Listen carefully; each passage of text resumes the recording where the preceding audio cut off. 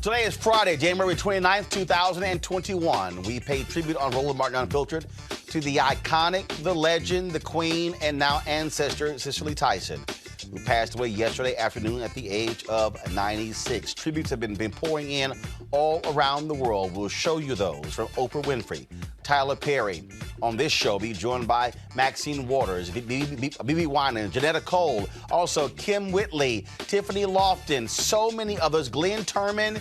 Folks, a lot of people in Hollywood, civil rights activists and others, talking about the amazing Cicely Tyson and what her life meant. We'll also talk with the official photographer for the Miles Davis family as well, her former husband. So, folks, it is going to be an amazing remembrance over the next 2 hours as we look back on the life and legacy and celebrate the wonderful life of the great Cicely Tyson right here on Roland Martin Unfiltered. It's time to bring the funk. Let's go. He's got it. Whatever the biz, he's on it. Whatever it is, he's got the scoop, the fact, the find. And when it breaks, he's right on time and it's rolling. Best believe he's knowing. Putting it down from sports to news to politics. With entertainment just for kicks, he's rolling. It's Uncle Roro, y'all. It's Roland Martin, yeah. Rolling with Roland now. He's funk, he's fresh, he's real, the best, you know he's Roland Martin now.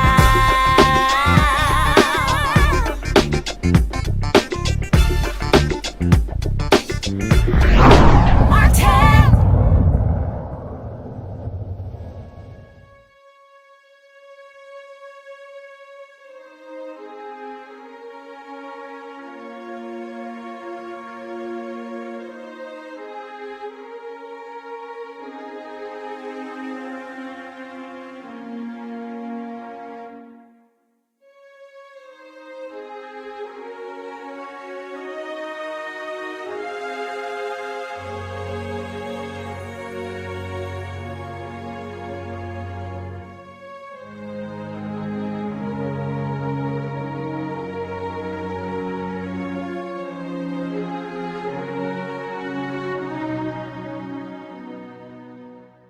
Folks, Cicely Tyson, an amazing actress. She passed away yesterday at the age of 96. So many people have been sharing their thoughts about her, what she meant to so many of us all across the world. The tributes have been significant. So many people just shocked in mourning as they tell their stories, their personal recollections about her. What she meant to them, what she meant to our community. First up, someone who knew her very well, close friend of hers, is the Congresswoman from California, Maxine Waters. She joins us right now. Congresswoman Waters, always glad to have you on Roland Martin Unfiltered. Thank you. Delighted to be with you, and thank you for inviting me. Last night, when we got the news during our show that Cicely Tyson had passed away, and we did it about 2-hour tribute last night. It was fitting, of course, to do another 2 hours again today. When did you first meet her? And just share your thoughts about your longtime friend, Cicely Tyson. Well, thank you. Thank you so very much. I was, trying to reflect on the time, and I think it was about 1973. It was between 1973 and 1976 before I was elected to the California State Assembly. And I had a small public relations firm. And so I had the honor of being one of the public relations persons on Sounder, the movie Sounder, that, is such a historical movie, and her acting was so fantastic, and it is recorded in the histories of one of the finest movies that she ever made. And so it was about that time that I helped to promote Sounder, that I met her. And then as it turned out, we ended up seeing each other very often because we attended the same beauty shop, and we had the same hairdresser. And so in addition to that, because she was in entertainment, and she was involved in community, I was involved in the community even before ever getting elected to office. And so we were together on many, many projects and many sets on until long after I was elected to the Congress of the United States. And of course, we have a mutual friend, Jackie Jackson, the wife of Reverend Jesse Jackson. And so she would visit Jackie, and she would stay at Jackie's home for weeks at a time. And of course, everybody was delighted to have her, at Jackie's. And when we visited, we had an opportunity to sit with Jackie and with Cicely and just, talk to each other as women do from time to time. But of course, she was in all of the big events, at all of the big events outside of entertainment. I can remember when she showed up at Aretha Franklin's funeral, and she had on a hat that stopped the show. But she was a high fashion woman. She was a very creative woman, and all of her styles were developed by her, from the hair to the clothing that she wore. She put a lot of time into the design, and she was always impeccable. She was a very dignified woman, and she took her craft seriously. She spent a lot of time studying and, getting ready for the parts that she was going to play. But I guess what I most liked about her was she was of a quiet nature. And she was, very well grounded in taking care of herself. And she lived until she was 96. And as Jackie Jackson reminded me just a few days ago, that she didn't eat processed food or cooked food. She ate raw food. And even when she visited with Jackie and stayed for weeks, she only had fresh food, fresh vegetables, never any food that was cooked or processed. And so that's a lesson for all of us. If we could ever have that kind of discipline, maybe we could live as long. And so she was a very special human being, extraordinarily talented. And of course, she is recorded in history as one of the finest actresses that ever lived. And so I've spent many hours. I sent you a couple of pictures with me and Cicely and some of our other friends. I hope you get a chance to show them sometime this evening. But she's gone, and she's going to be missed. But she's impacted and affected our lives in so many people in so many ways.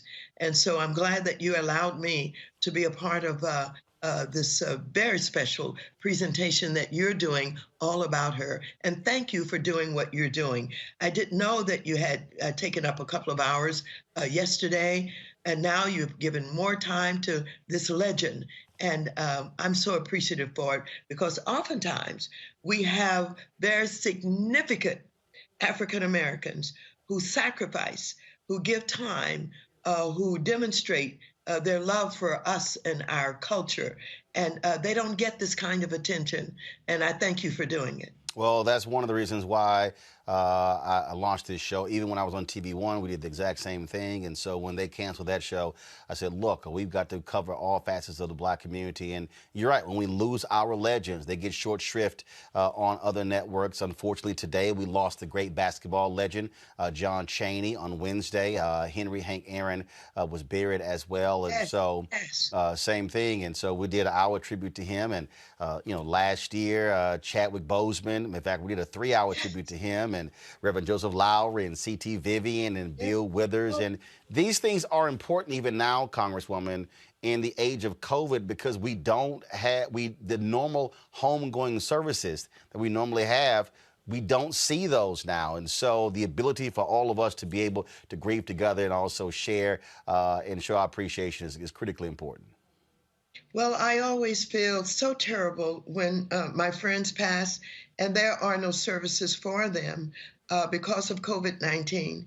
And, I've come to learn that saying goodbye to your friends, giving them these homegoing services that we know so well, are important parts of our lives.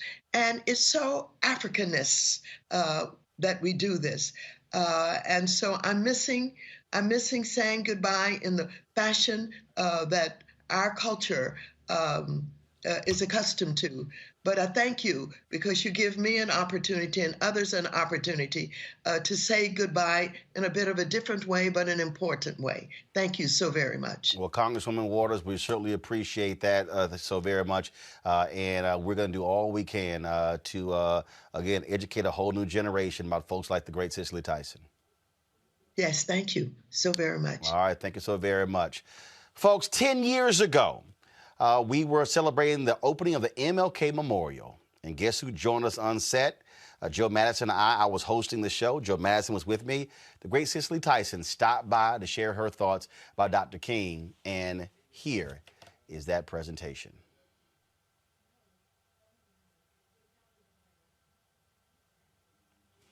All right, folks. So let me be real clear. Control room, I need y'all to get it together. I need you to get it together. All right? All right, folks. We've been talking about, again, Cicely Tyson, and I'm going to do this for here. I'm going to go ahead and share that with folks because when I say it matters how we celebrate our legends, it does. When I look at these networks out there, I'm seeing the same thing. They're talking about the U.S. Capitol. They're talking about what's going on. They're talking about, the Republicans. But when you lose a legend like Cicely Tyson, you pay homage. You pay tribute to them. That is what's important. So here again is that conversation we had with Cicely Tyson at the MLK Memorial. The exact same reaction. I always get tears watching that video because the entire, of course, song, they play all the verses. It's a compilation of all these photos and the historic images that led us to this very point. And your tears are the same tears that James Weldon Johnson had when he finished writing Lift Every Voice. He broke down in tears standing there in Jacksonville, Florida, looking out over there. And that's Well, right. every time I see that, I love it. That's right. That was what did it. That's why Yes. it's powerful. Well, It's powerful. I have that on my iPod, and sometimes when stuff get a little rough, I'll actually watch that just to remind yourselves. Folks, Yes. we are joined by a very special guest, a phenomenal woman, a gorgeous woman. Welcome to our TV One set, Cicely Tyson. Thank you, Roland and Joe. Thank you. How are you doing? I'm here. That's always a good thing. That's all I need to know. Listen, Your the perspective. other night Yes. when we were celebrating Reverend Lowry, Vernon Jordan. His 90th birthday in Atlanta last Sunday. That's right. Vernon Jordan, when it was his turn to speak, said, as a lawyer, I have to give you advice. When you wake up in the morning without pain, you're dead. That's a good point. Ms. Tyson, I got to ask you, this monument, this dedication, your reflections on Dr. King and this amazing movement. Very difficult to define, primarily because it was so monumental. I look at the fact that this was scheduled initially on an earlier date, and Irene dispelled it. I have yet to feel comfortable about what happened when the following day was such a glorious day like today. And my mother had a saying about things like this: man appoints, but God disappoints. And my feelings are that that was not Dr. Martin Luther King. This is closer to being him. He wasn't a man about fanfare. He was a man about doing. And so I'm comfortable about being here because I think that this was closer to who he was than that might have been. Can I ask the question, your visceral reaction when you actually saw the monument? I haven't seen it yet. You have not No, seen I it? have not seen it yet. So this will be your first This time will actually be, laying and eyes I'm on her. sure it will render me breathless. She gave voice to women like my mother, who guarded her children fiercely. When you think about Never told her daughters this to do something generation, they could not do. and folks know Dr. King through newsreels, through books and things of that nature. Do you think people really understand the measure of this man as opposed to a few speeches? I doubt very seriously that anyone will ever understand the depth and the measure of the man. I think for the future generation, for the younger generation, it is important, the monument, because they have something that's tangible aside from being taught who he was, reading about who he was, hearing about who he was. They can come and look at this statue and form a closer reality to the man. So in that respect, I think it's very important. Got to ask a final question. Yes. The movie King. Yes. You played Mrs. Coretta Scott Yes, King. I did. Look, we're talking about Dr. King, but please share a few words about the woman who stood by his side and kept his legacy alive. Well, That made the King holiday a reality. certainly she was very important to me and very generous with her time. I moved in with the family just so that I could be there, feel them, smell them, and taste them. And I went to say Mountaintop the other after. Yes. Samuel L. Jackson's playing Yes. MLK in Broadway. Yes, with Angela Bassett. And he brought a carnation out, and he proceeded to talk about that carnation. One of the most moving experiences that I had with Coretta was the fact that he called her the day before, and he said, "I sent you some flowers," and she said, "I have not received them." Then there was a knock on the door, and she said, "Wait, this may be them." And surely enough, it was. And she looked at them and she said to him, "They're not real flowers, they're fake flowers." He said, "I wanted you to have something that would last." And she pointed them out to me. She had them in a credenza glass, a bowl of red carnations. Okay? And to me, I remember that about her and he, the last moments that they had together. Amazing.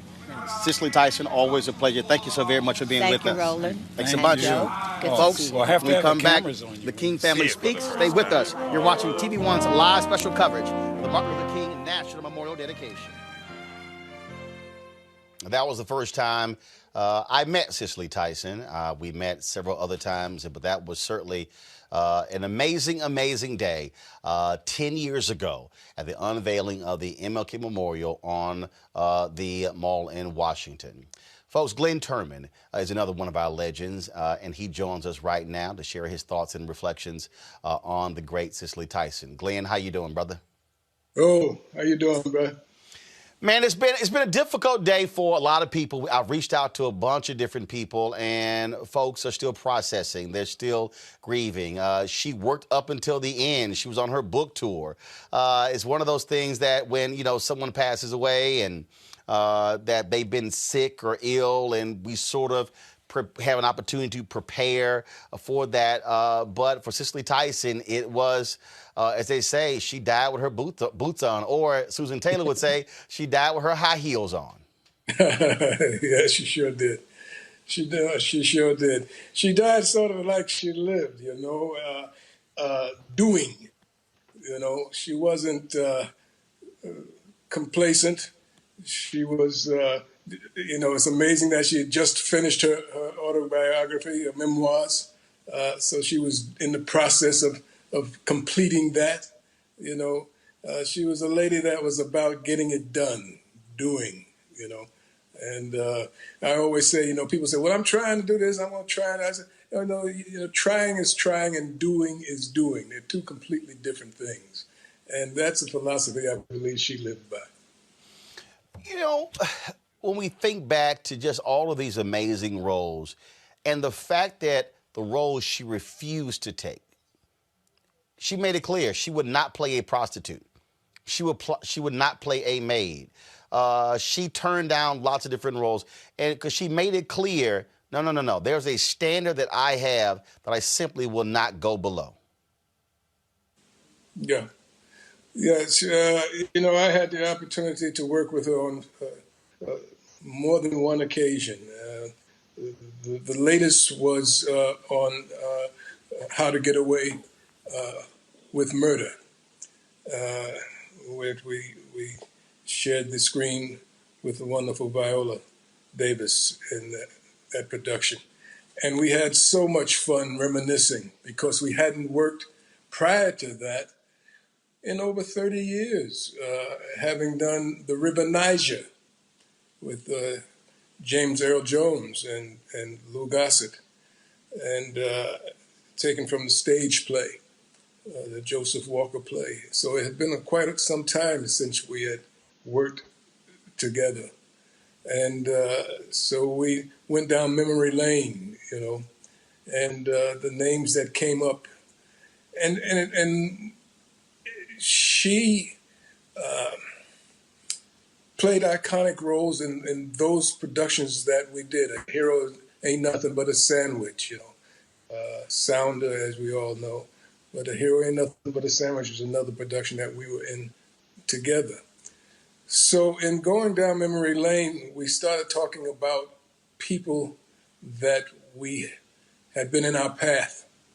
And one of the great names that came up was a woman by the name of Bennett Carroll. And Bennett Carroll was a mentor of myself as well as Cicely. And if you notice how I say her name, Cicely.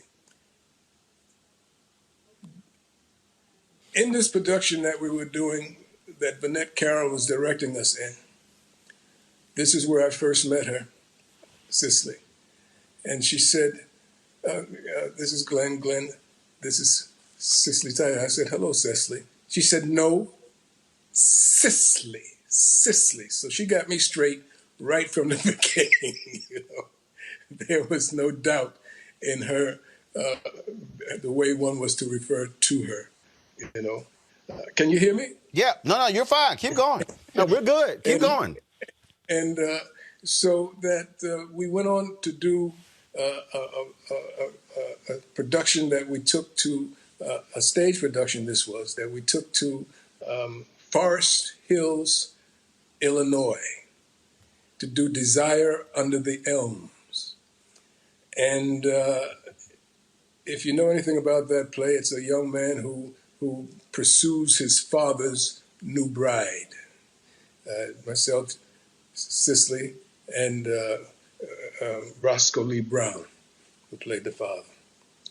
And I always tease her, Cicely, because I got to kiss her in this production. She was a leading lady in this. And so every time I see her, I say, I thank Bennett for putting me in that production. I said, because I got to kiss the beautiful, the one and only Cicely Tyson. And she'll smack me, and tease me about that, and reminiscing, And so we had a great time together over the years, because in that one I played her lover, and then in River Niger I played her son, And so we ran the gamut, and that forged a wonderful, wonderful friendship. And so yesterday when I found out, it hit me like a ton of bricks. I was devastated, and still am. I talked to Maxwell yesterday. I talked to so many others as well. And when folks would approach Cicely, they would do so with such reverence. They would do so, or Susan Taylor said, she was so delicate. She was like a delicate flower. How folks just revered her. Yeah. She was a toughie. She was delicate in approach, but she was a toughie. She don't get it twisted. She was, she knew how to handle herself. And there were scenes in that play that, I was like, whoa, there's quite a woman here, So, and she knew how to handle herself. But yes, I don't believe that it was a perception, of you knew you were in the presence of someone who who required certain things, who required that you present certain elements of yourself. You know, she was a lady, so she required the best of your gentleman qualities. You wanted to present your best. So that's really what it was. She was drawing out of you certain delicacies that you may have dusted off or put away somewhere. You had to dust them off and bring them back out. She required the best of people because she gave you her best.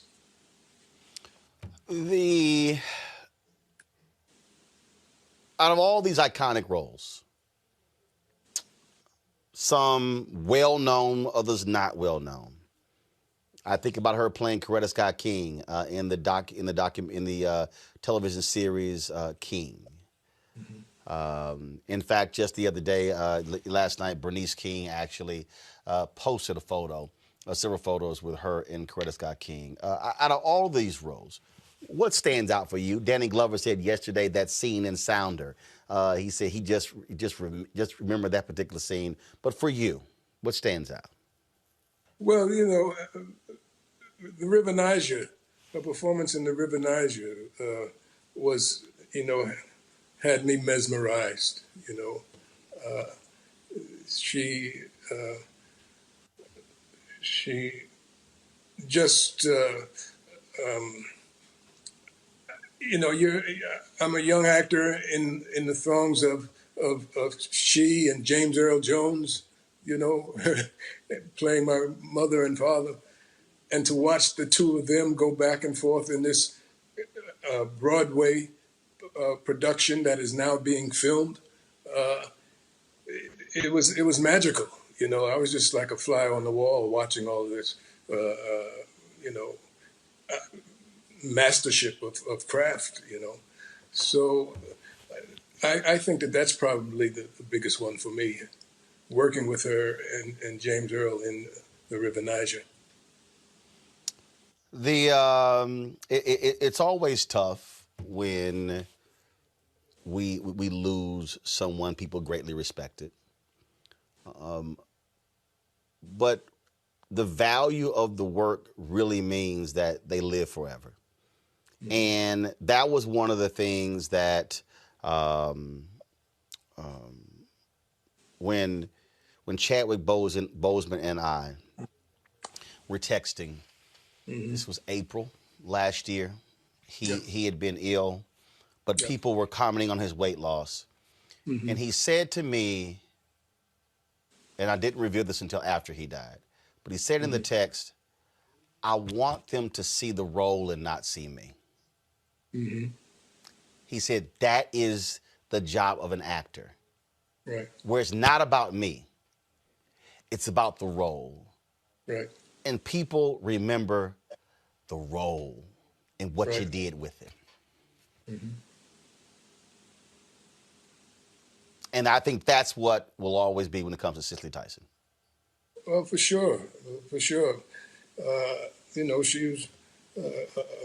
a craftsman, and that's the obligation of the craft, to disappear in the role. And it's why one must be so selective. Selectivity is a part of the craft, as important as anything else. What roles you select to do, to represent, or what roles will you be able to disappear in and bring a certain, the essence of that character to the forefront for your viewing audience. And she was a master at that, absolute master. She said, make clear, she was never going to retire, and she didn't. She didn't. Has she caused you to say, damn, Cicely, slow down. You out here working at 92 and 93, 94. You making the rest of us look bad. Right, right. She was, and full of mischief and fun. You know, we were at the rap party together for How to Get Away with Murder, and you know, we sat together for a large part of the party. You know, and just observing the younger generation, so to speak, really just going at it, you know, and just having a ball, just referring to people, and she being mischievous, you know, talking about who was wearing what and so on and so forth. And look at her, you know, is she covering up anything? She got nothing left to cover up. She had.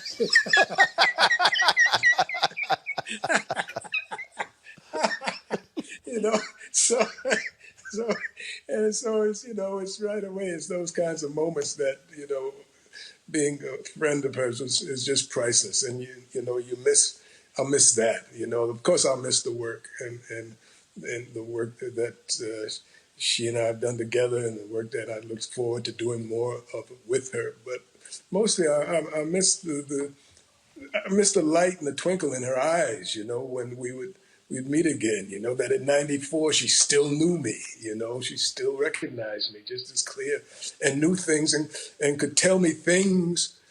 Oh, man, dig this. Mm-hmm. So we're doing How to Get Away with Murder. And like I said, we go way back. And a mutual friend was a woman by the name of Vanette Carroll, who was my high school teacher in my senior year at the High School of Performing Arts, and who was a dear friend and mentor to Cicely. And like I said, we worked together. She brought us together to do the play, Desire Under the Elms.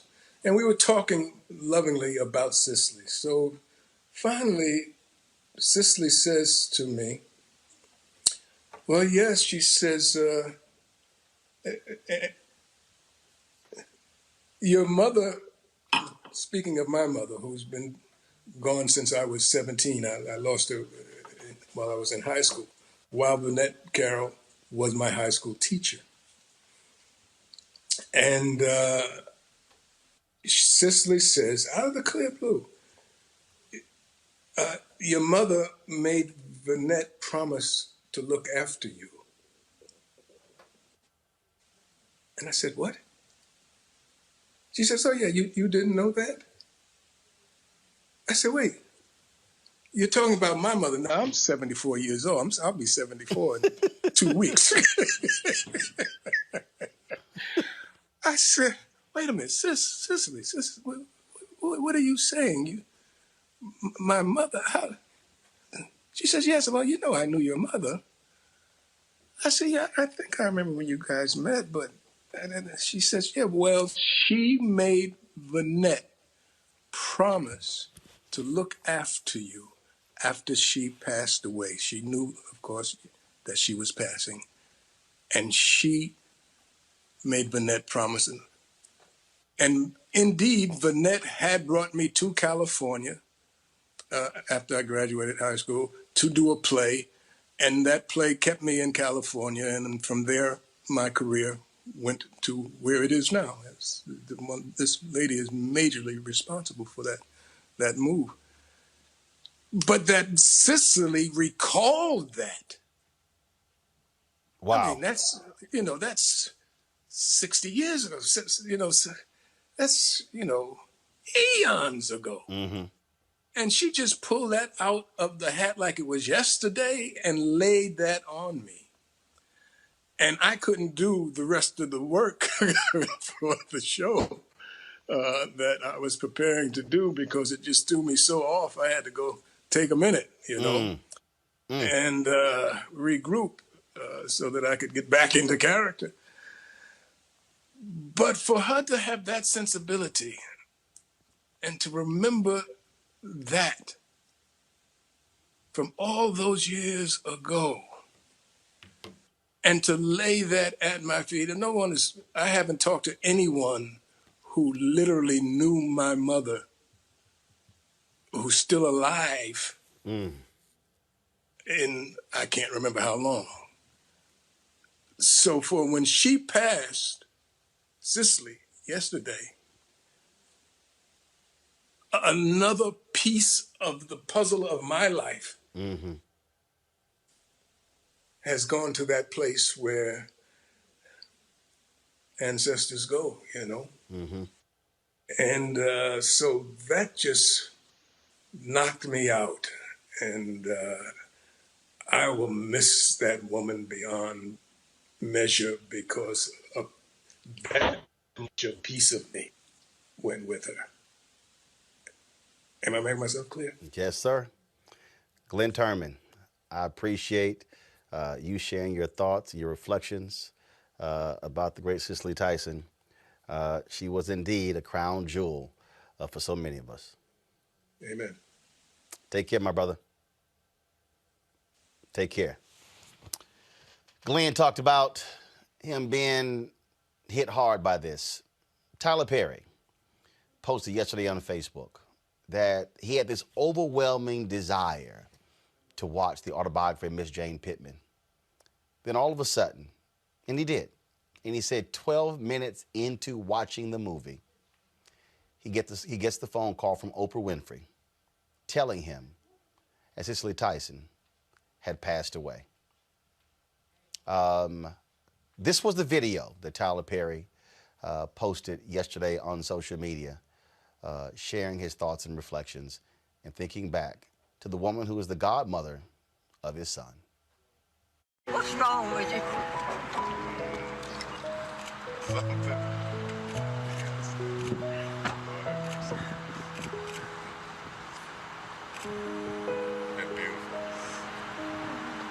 So you gotta be the rededication of the stages.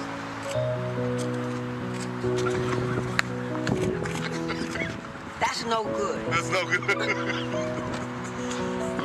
So strong. So strong.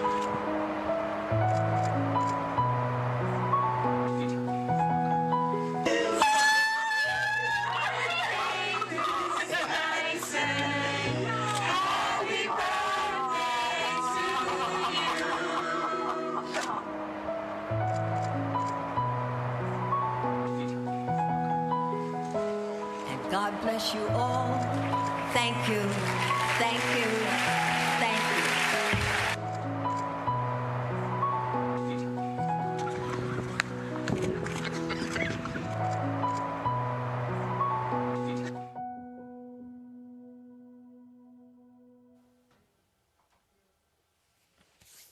This was something that was posted on social media. If you want to understand the power of black power, let me read this for you. Everyone's got a tale of Tyler Perry's generosity, but Cicely Tyson might just have them beat. The two icons of black Hollywood have been friendly since her role in 2005's Diary of a Mad Black Woman. And in the years since, they built a friendship spanning 6 films. Quote, when he heard how little I was paid for Sounder in the autobiography of Miss Jane Pittman, his mouth fell open, she writes. From then on, he decided to double and sometimes even triple or quadruple my asking price for any role he requested that I play. He's making her rich in love too. Tyson is godmother to Perry's son, Amon. Quote, you should see that child and me down on the carpet together doing handstands with a nervous Tyler standing by to be sure I don't crack my neck, she writes. What a joy. Wow, that's a hell of a story right there. I was texting Tyler Perry last night talking about that and a few other things and just about how amazing she was. Alderman Dorothy Tillman, longtime alderman in Chicago, also civil rights activist. She joins us right now. Dorothy, always glad to see you. Cicely Tyson, There's a whole generation of sisters who really looked up and respected this woman for what she represented on the screen, big and small. You know, I think that Ms. Tyson is the type of lady that we should have our children to look at and they need to read her book that she just had out, but they need to understand that this woman was unapologetically Black. I never heard her say woman of color or anything like that. When I was looking through her book and really studying Ms. Tyson, I've looked up to her for a long time because she was very involved in the Black community, in the civil rights movement, and anything that was Black. She said that something that stuck with me, Roland. She said that she decided to use her platform to make sure that she use it for us, for Black people. And watching her and listening at how she got started with Black film and Black television, Ebony Magazine, Jet, all of those things let you know how important it is to have Black media, to have Black theater, to be able to tell our story. She was saying that one of the reporters said to her, I was looking at one of the interviews she had done, and she said one of the reporters said that when he was looking at sound of the young man that played her son called his father Daddy, and he was shocked that a Black child would call their father Daddy. And she also talked about the young lady who said she was looking at one of the love scenes and she was surprised that Black people made love and was loving like that. I think that Cicely Tyson is the essence of what a Black woman is and what they stand for.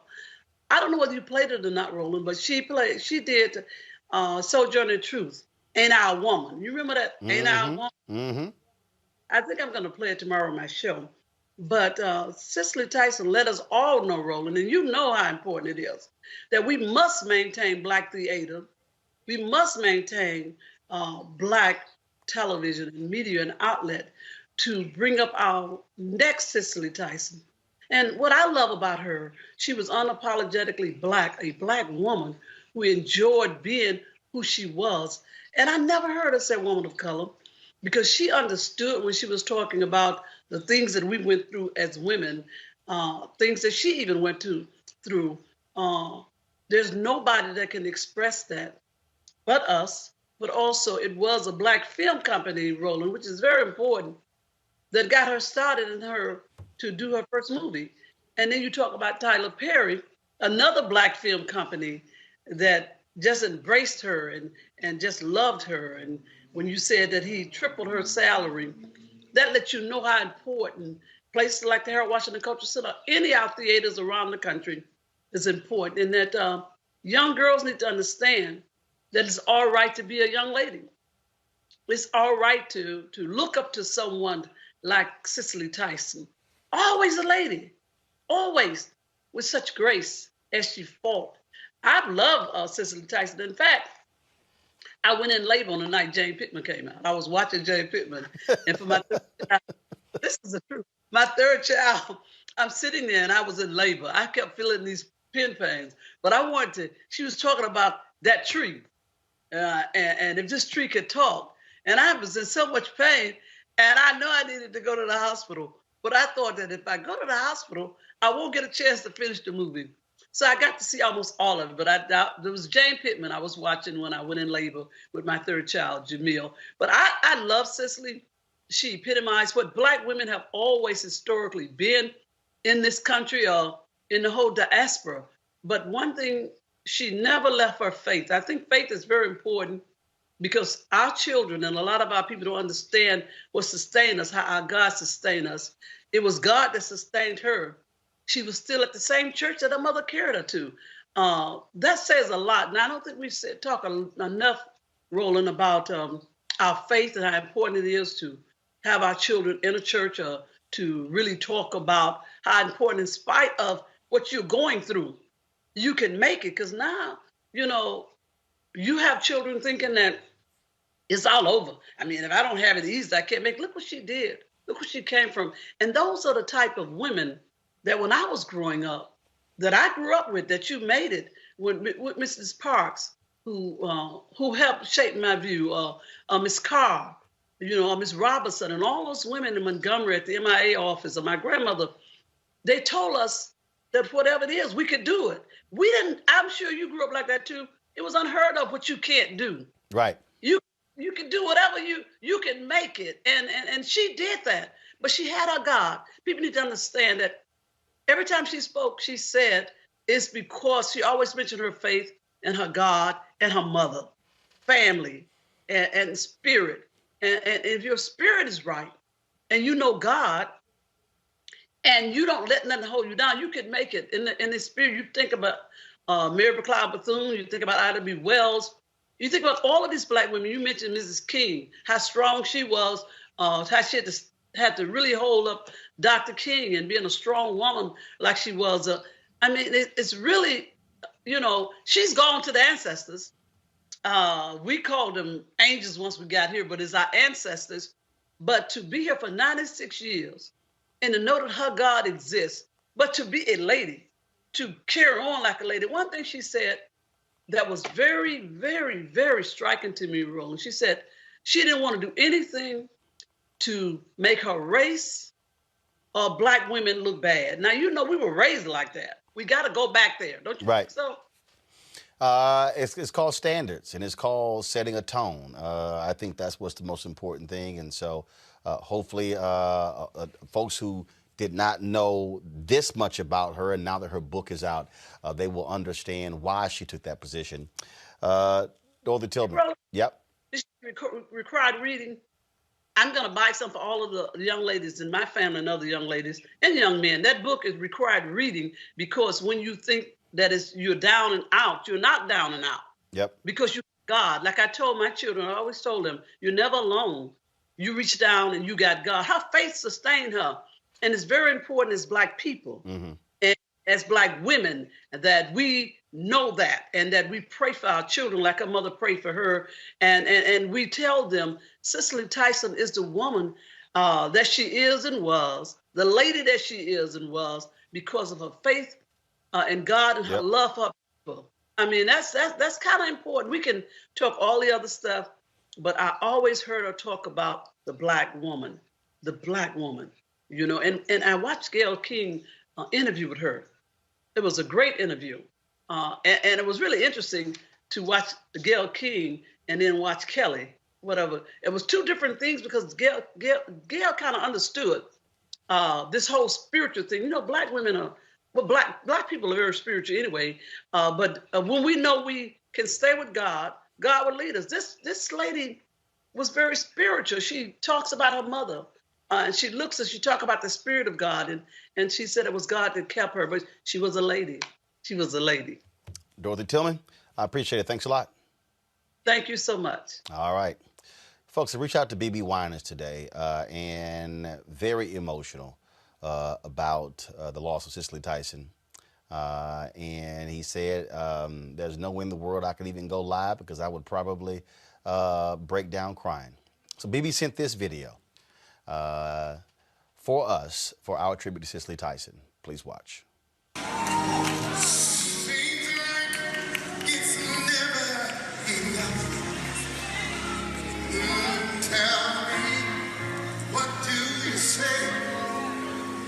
When your friends turn away and you're all alone, so all alone, and tell me what do you give when you've given your all? Seems like you can't make it. Well, you just stand when there's nothing left to do. You just stand, watch the Lord see you through. After you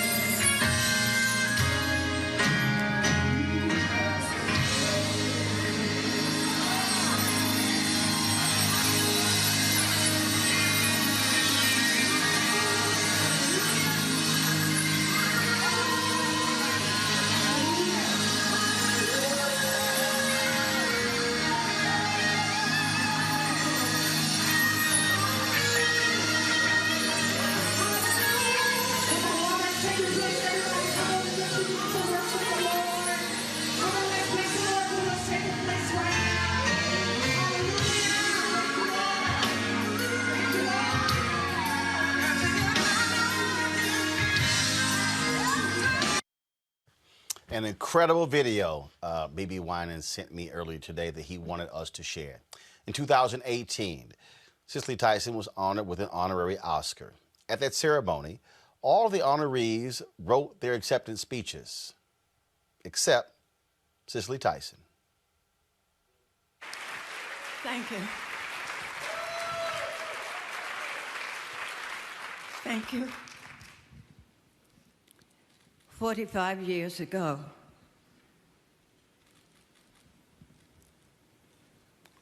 I was offered a movie entitled Sounder.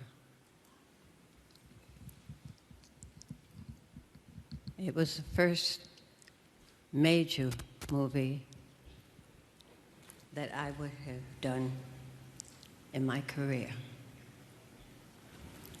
On the way to the airport to fly out here, I stopped by a very close and long time dear friend's home to share the news with him. I said, I'm going out to Hollywood to do my first big movie. He looked at me and he said, and you're going to be nominated for an Academy Award. I laughed at him. And I said, and if I am, you will fly out and you will be my escort. I was nominated, and he flew out to be my escort. The event was held on his birthday. When I received a call from my agent telling me that he had some good news for me, I assumed that it was going to be that I was to receive an Emmy Award for a segment that I had done on how to get away with murder. I had been nominated 4 times, and so I said, well, I guess they decided they finally are going to give me one this time. So he said, Robert said, but he wants to tell you himself. I said, he who? The president of the Academy. What Academy? I don't know what he's talking about. He said, his name is Mr. Bailey, and I will put him on. And so Mr. Bailey got on the phone, introduced himself, and said, Cicely, it gives me great joy to tell you that yesterday the Board of Governors, all 54 or 50 of them, decided to give you an honorary Oscar. Well,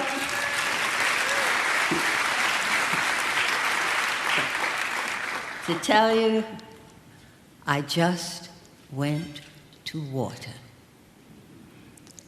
I could not say a word, and I have to tell you, I don't recall ever receiving any information that sent me into such, I call it Niagara Falls, because I couldn't stop. And you can ask Mr. Bailey himself. He'll tell you, I couldn't say a word. All I did was cry. I cried and cried and cried. I said nothing. I don't think I said thank you. Mr. Bailey, where are you? Thank you. I'm sorry. I'm sorry I didn't get a chance, but I could not. In any case, I returned to New York, and I went to my friend's home to share this news. He wasn't there. And so I called, and I called several times. It's very unlike him to receive a call from me and not respond immediately. And so finally I decided, oh, never mind, I'm going to tell you the story. And I reminded him of what he said to me 45 years ago. I said, I want to share something with you. This time, I have it. And this time, I am asking you to repeat your performance and escort me to California to accept this treasure. Not realizing that he was ill and that he was in the hospital and that he never got my message or my invitation for him to escort me to accept this incredible honor. His name was Arthur Mitchell, and he passed 2 days after that. I know, however, Arthur, wherever you are, that this was what you were promising me. And I want to thank you. I want to thank the members of the Academy, the governors, every single one of you who have made it a point to be here, to let me know how much you have supported me all these years. I could not be here if it were not for you. If you had not stood beside me, around me, under me, and made me feel. You know, sometimes when you plan to do something, you hope that it's going to turn out the way you want it to. It doesn't always do that. And so it just lets me know that you have to have a certain amount of faith and trust and belief in what you do. Quincy said that I said over and over again that I am led by divine guidance. It's when I go against it that I get myself into trouble. That's true. Oprah, thank you. I know what it took for you to get here. Whoopi Goldberg, wherever you are, I am and will be eternally grateful to you. Mom,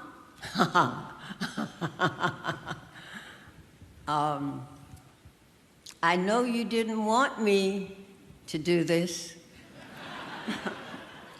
but I did. And here it is.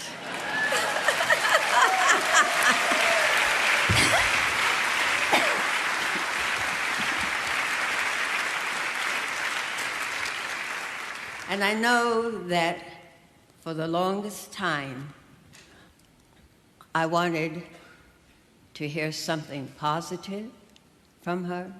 It took her a long time. And when I did, Jane Pittman, I called her up the next day when I got the recognition, and I said to her, well, she said, well, what? I said, you better tell me something. And she said, I am so proud of you.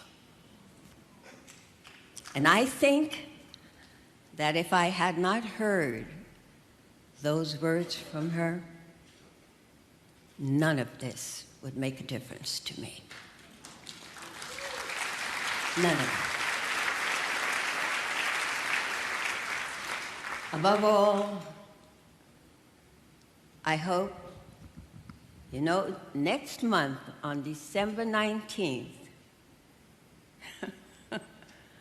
I'm going to be 94 years old.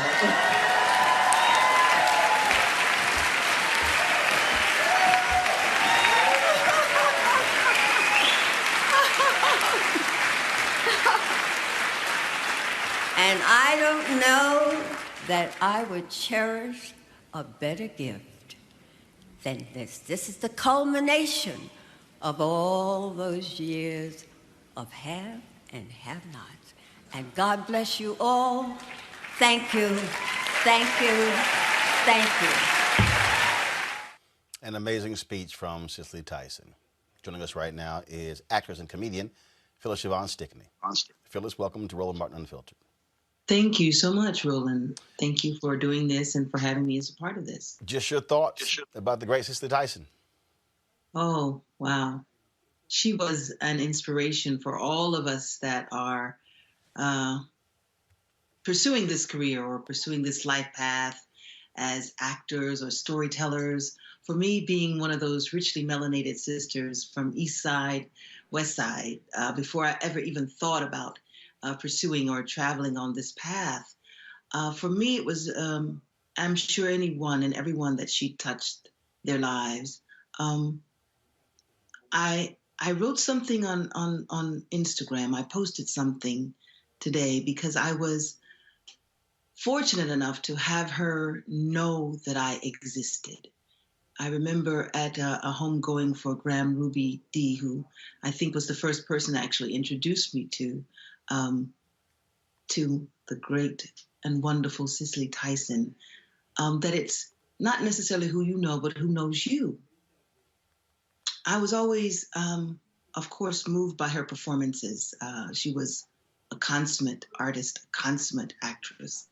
But because she was a little brown girl, she was a little chocolate girl, she particularly caught my eye. I just regretted that I didn't push harder to spend personal time with her. The Sugar Bar was a place that she liked and I liked as well. So on several occasions, we bumped into each other there. I just remember the last thing that she said to me when I was grappling with what to do with my hair. I'd cut my locks and I was wearing a hat. So you didn't really know me if you were looking for the locks, but I was trying to get Mother's attention. I was trying to get the great Cicely's attention. She was seated at in the Sugar Bar, surrounded by love and friends. And she didn't recognize me as me because I had on a hat. But when I finally got her attention, I said, "It's me, Phyllis Siobhan Stickney." She said, "We need to see you. Get back on that stage." And made space for me to come and sit. I am hopeful that I will continue with the work that she inspired me to do, that I will continue to make her proud as she made her mother proud. We've lost an amazing energy. The fact that she was 90, anything, that she was 70, that she was anything of the numbers that she'd been here. I'm particularly saddened that I don't get to see her again in the flesh and tell her that I made it back.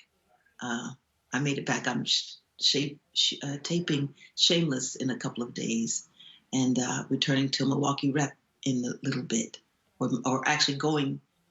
So I heard you is how I'm feeling today. I heard her, I felt her, I feel her, and I want to continue to be inspired by her. And I hope we all are, but I know learning what Tyler Perry had done for her was just amazing to me. Hearing that speech once again as she accepted the award and thinking that she didn't have to write it because she was living it, she was feeling it. I got a chance to see her, one of her last performances live on Broadway, Trip to Bountiful. My brother and I were there to attend a preview, and I just remember, again, her warmth and generosity every time we encountered each other. And I remember that special moment on live theater, watching her remember the lines, remembering her blocking.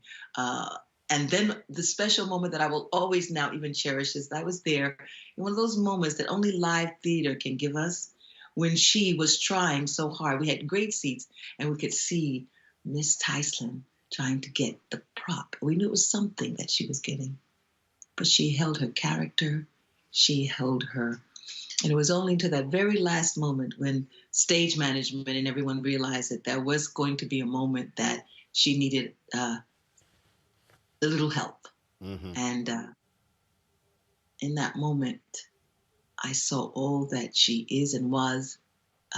She wasn't a diva. There are others that I know that have less experience, less ability, that would have taken that as a moment to grandstand, but not the great, not the amazing, not the incomparable Cicely Tyson. She took her moment like everyone else. They came to help her, and she apologized to the other actors for that moment, even that moment. I just will always remember her regal manner, her humanness, her tenderness, and the moment in The Women of Brewster Place that she taught me so much. If you go back to that moment when she is talking to her daughter, played by Robin Givens, and there was a couple of takes that had happened, but I saw Miss Tyson decide, this is the take. So whenever I see that scene and I watch her get that head and go and bring Robin back into that moment, like, oh no, you can't escape, you can't run, not breaking character, not ever losing anything. I miss her now, and I'm just grateful that I was able to be in her presence, and that she left a great body of work for us, for me and others to study. And I thank you for the opportunity to speak her name and to give this tribute to her. I remember her for being the first chocolate woman that I ever saw on television with natural hair. I remember her always never knowing whether it was gray or not gray. And when I was trying to decide, shall I show silver or not, that was the person that I asked. I think that there'll be no other like Cicely Tyson. The one and only. The one and only. There will only be one. Phyllis Siobhan Stickling, we appreciate it. Thanks a lot. Thank you. Folks, joining us now is another legend, the great Richard Roundtree. Richard, welcome to Roland Martin Unfiltered. Roland. Yes, sir. Roland. what an honor to even say anything about this giant.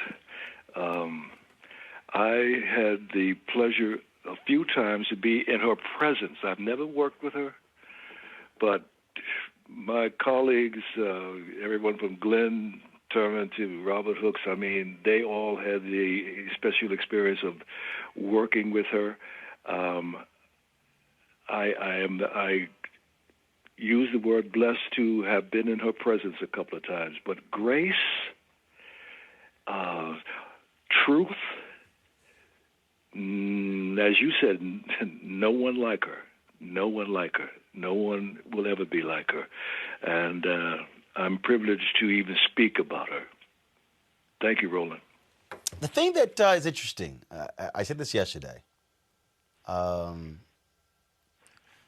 the way actors approach you with reverence, and to hear you describing essentially being in her presence, same thing, that reverence for someone who so many looked up to. I can't even speak to that, Roland. I mean, come on. We're talking about Cicely Tyson. Come on now. I mean, I was working with Loretta Devine on the show I'm doing now, Family Reunion, and it was announced that Cicely had passed, and it was, I can't describe the moment. The whole cast was in total shock.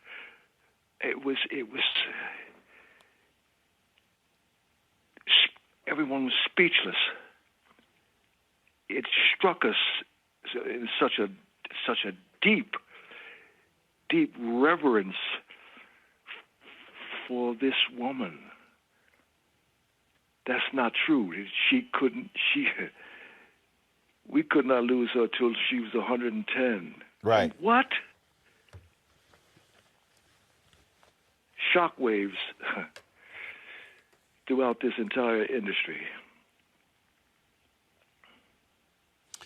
Last question for you. All the roles she played, what struck you the most? What was that one quintessential Cicely Tyson role that stands out for you? Well, obviously Roots, but I'm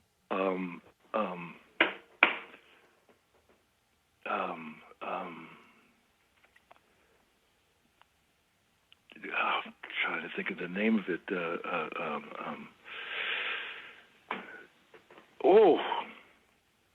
Having a senior moment here.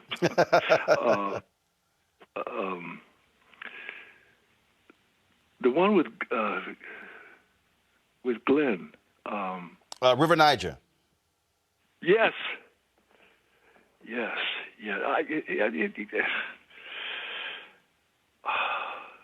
There's so many, but Roots, because I was in it, and I can say that I didn't work with her personally, but I was in something that she was in. You know, that's when I said truth. Can I give you a little story? Yeah, go ahead. I appeared on Dinah Shore show with her, and I had the audacity to sing. And I finished the song, and I went back to the couch doing the commercial, right? And she looked at me. She said, "You got a lot of nerve."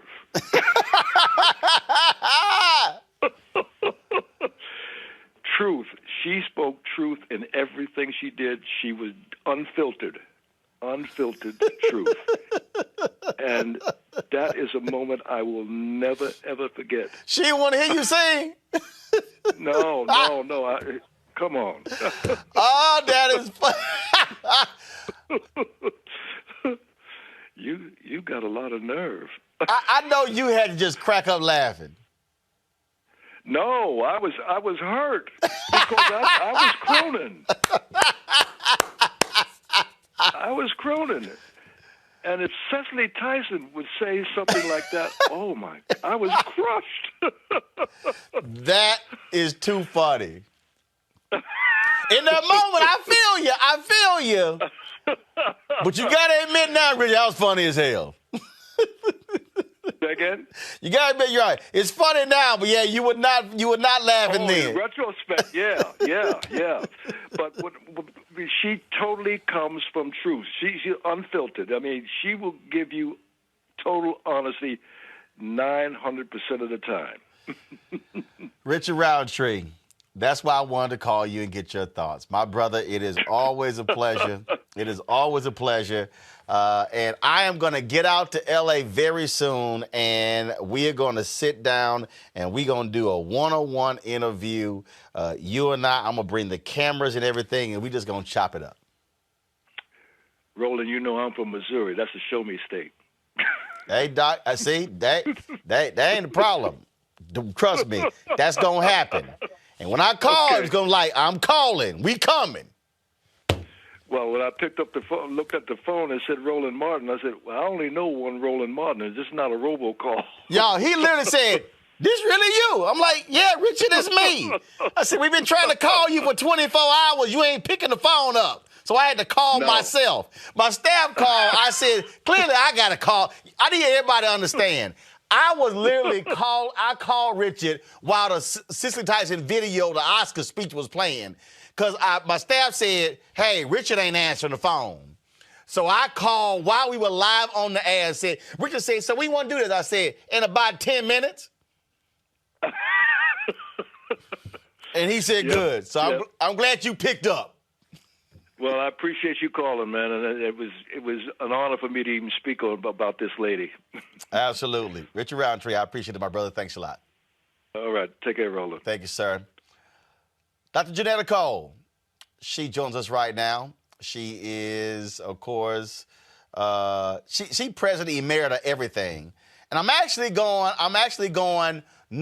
going new school and seasoned saint. Also Tiffany Lofton. Tiffany, of course, is the youth and college director for the NAACP. Because I wanted to get a range of voices. Y'all, let me know when y'all have Tiffany on the line. But Dr. Cole, just speak and just share your thoughts about Cicely Tyson. As I try to own that she's gone to glory, because I selfishly wanted her to be with us forever. The first thing I have to share with you, my dear brother Roland, is that while this woman of grace, this woman who had gravitas, was a sister friend, I could never call her anything but Miss Tyson. The way that she carried herself, the way she spoke, the way she simply was, demanded absolute respect and admiration. I am remembering the unusual joy that I and your alpha brother had with Miss Tyson. She invited us to the trip to Bountiful. Imagine on Broadway being the guests of Miss Tyson. JD and I were like school kids, just awed. And then we were invited backstage. But at a moment that we wanted to be all about Miss Tyson, she knew it was our wedding anniversary. And she had ordered a cake. Now, I'm willing to tell you, Miss Tyson did not just eat ordinary food. And she turned our privilege into a celebration of our marriage. On another occasion, I, of course, answered her request that I come to the Cicely Tyson School. And I can tell you, I've been to a lot of schools, but this school in East Orange, New Jersey, named after the queen of acting, as far as I'm concerned, was such a special place because she cared about those little black girls and boys. And you know, we talk so much about her exceptional skill as an actress, but she was an activist. And she did more than most of us know in the interest of making justice come about. Yes, she received the highest honor that a civilian can receive. And Lord have mercy, by President Barack Obama putting that medal on her. And so, Brother Roland, let me end by saying, I've been comforting myself today. And I've been doing so by remembering an African proverb. That proverb says, as long as a person's name is called, that person never dies. I know I'm going to be calling Miss Tyson's name before I go to glory all the time. And when I go to glory to meet her, I know folk far younger than I will continue to call her name. Dr. Janetta B. Cole, always a pleasure to have you here. Tell my Alfred brother what's up. Oh, Roland, you do good work. You know, and a part of that good work is your spirit. It's the way that simply by being Roland Martin, you lift us up. Thank you. I appreciate it. I appreciate it. Thank you so very much. Take care. Love you dearly. Take care. Folks, we reach out to Douglas Wilder, the first African-American elected governor since the Reconstruction period. He sent us this video sharing his thoughts about Cicely Tyson. Cicely Tyson was a friend, a great humanitarian, and someone we will all miss. She lived not just for herself, but for others, and she sacrificed much along the way to the extent of human rights, rights for minorities, and particularly rights for women. She was there, and she will be missed.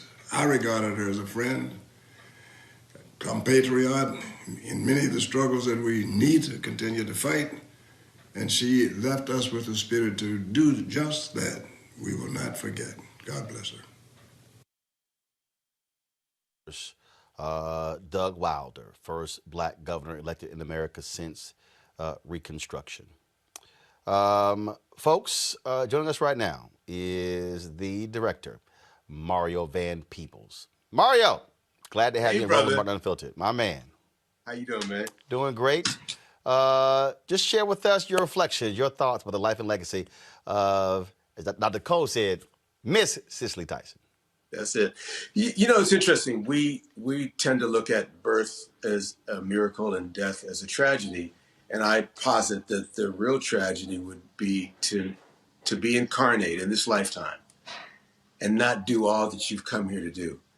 And brother, Queen Cicely Tyson, she did a lot. She got a lot done. I believe she did what she wanted to do. And I think, if you look at it, I remember I was doing a movie with Cicely and my dad.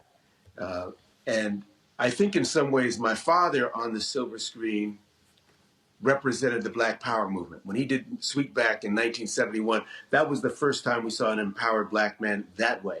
But I think Cicely, with her elegance and her almost like a royalty to her, and her quiet, strong demeanor, represented the civil rights movement. So, before we saw women like Michelle Obama in person in the White House and obviously Sister Kamala, we saw women like Cicely on the screen.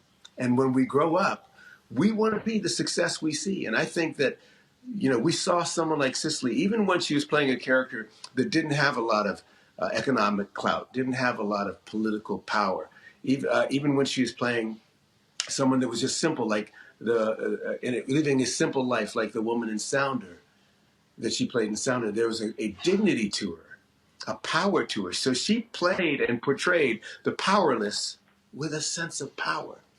She played and portrayed people, and particularly think about this, man. If America, and we know, America was built with white male supremacy in mind.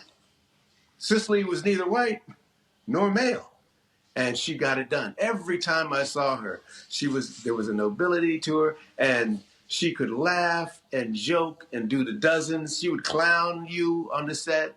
And she was always curious. She'd ask my dad, why you do that, Melvin? Mario, why you do this? And we'd talk about things and have discussions. So she was active and alive and always thinking and learning.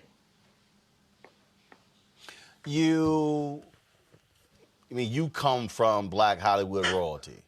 And being around these folks. We just had Richard Roundtree on. We had Glenn Turman on earlier. Your dad, Melvin Van Peebles. You're talking about, you're talking about Miss Cicely Tyson. We think about Ruby Dee and Ossie Davis. We think about Yes. Air Belafonte. Yes. For you as a director, as an actor, as somebody who, again, grew up seeing these people, you put it, Bill Cosby, all these different people. Speak to that generation, that collection.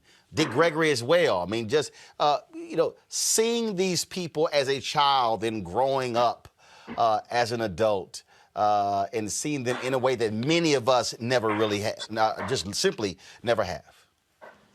Yeah, brother, and I'd have to add to that, brother Muhammad Ali as well. Yeah, I saw him and as a kid. And then I saw him again when I was playing Malcolm in the movie Ali. And of course, Ali was on the set.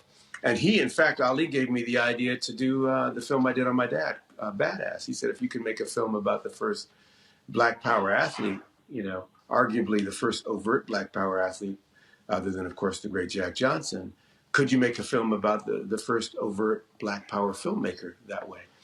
And he gave me that idea to do that. They always inspired me. Cicely, Miss Cicely Tyson, and she would make me call her Cicely, I would go to Miss Tyson, of course, would challenge you, ask you questions. And I think in a way, it's like I've said this the other day in an interview, I was thinking about something Mother Teresa did in that she wouldn't per se attach her name to an anti-war rally, but she would join a pro-peace rally. And if you think about Cicely, she would always attach herself to something on the positive side of the equation. And I think that, when you look at how she navigated her career and played these roles, you have to understand that what we do, Roland, is not just working with camera or lighting or script. It's working with people. And she had hella people skills. She could get things done. I remember Andrew Young said to me once, he said, Mario, you'd be amazed at all you can accomplish if you're not worried about taking the credit. And there was a lot of times where I saw Cicely just handle something with silence and look, and people would back up and take a different route. And she would almost like just with her eyes negotiate and make it something different. So she played these all the characters I can think of. And we did Mama's Flores Family together. My dad, when I first met her, my dad had written a script called Old Sweet Song, and I was a kid. The first time that he was not the director on that project, he was the writer. But all these projects she played with this heart, and she had a quality that took us in. If you don't, sometimes we got a lot of movies now with visual effects and superhero stuff. But I think something that Cicely brought was she understood that if you don't care about the protagonist, if you don't care about who's running and kicking and jumping, then you don't care. You don't emotionally get on the train. She took us in. I've been lucky enough because, as a kid growing up on my dad's set, to meet folks like Cicely, to meet when my dad did Sophisticated Gents. Man, we had everybody in that. So I was lucky enough to grow up on the set and know that all these folks that you just mentioned were bilingual. They had a language you could talk, just play with them, talk with them just that way, and they had a work language, and you had to know the difference.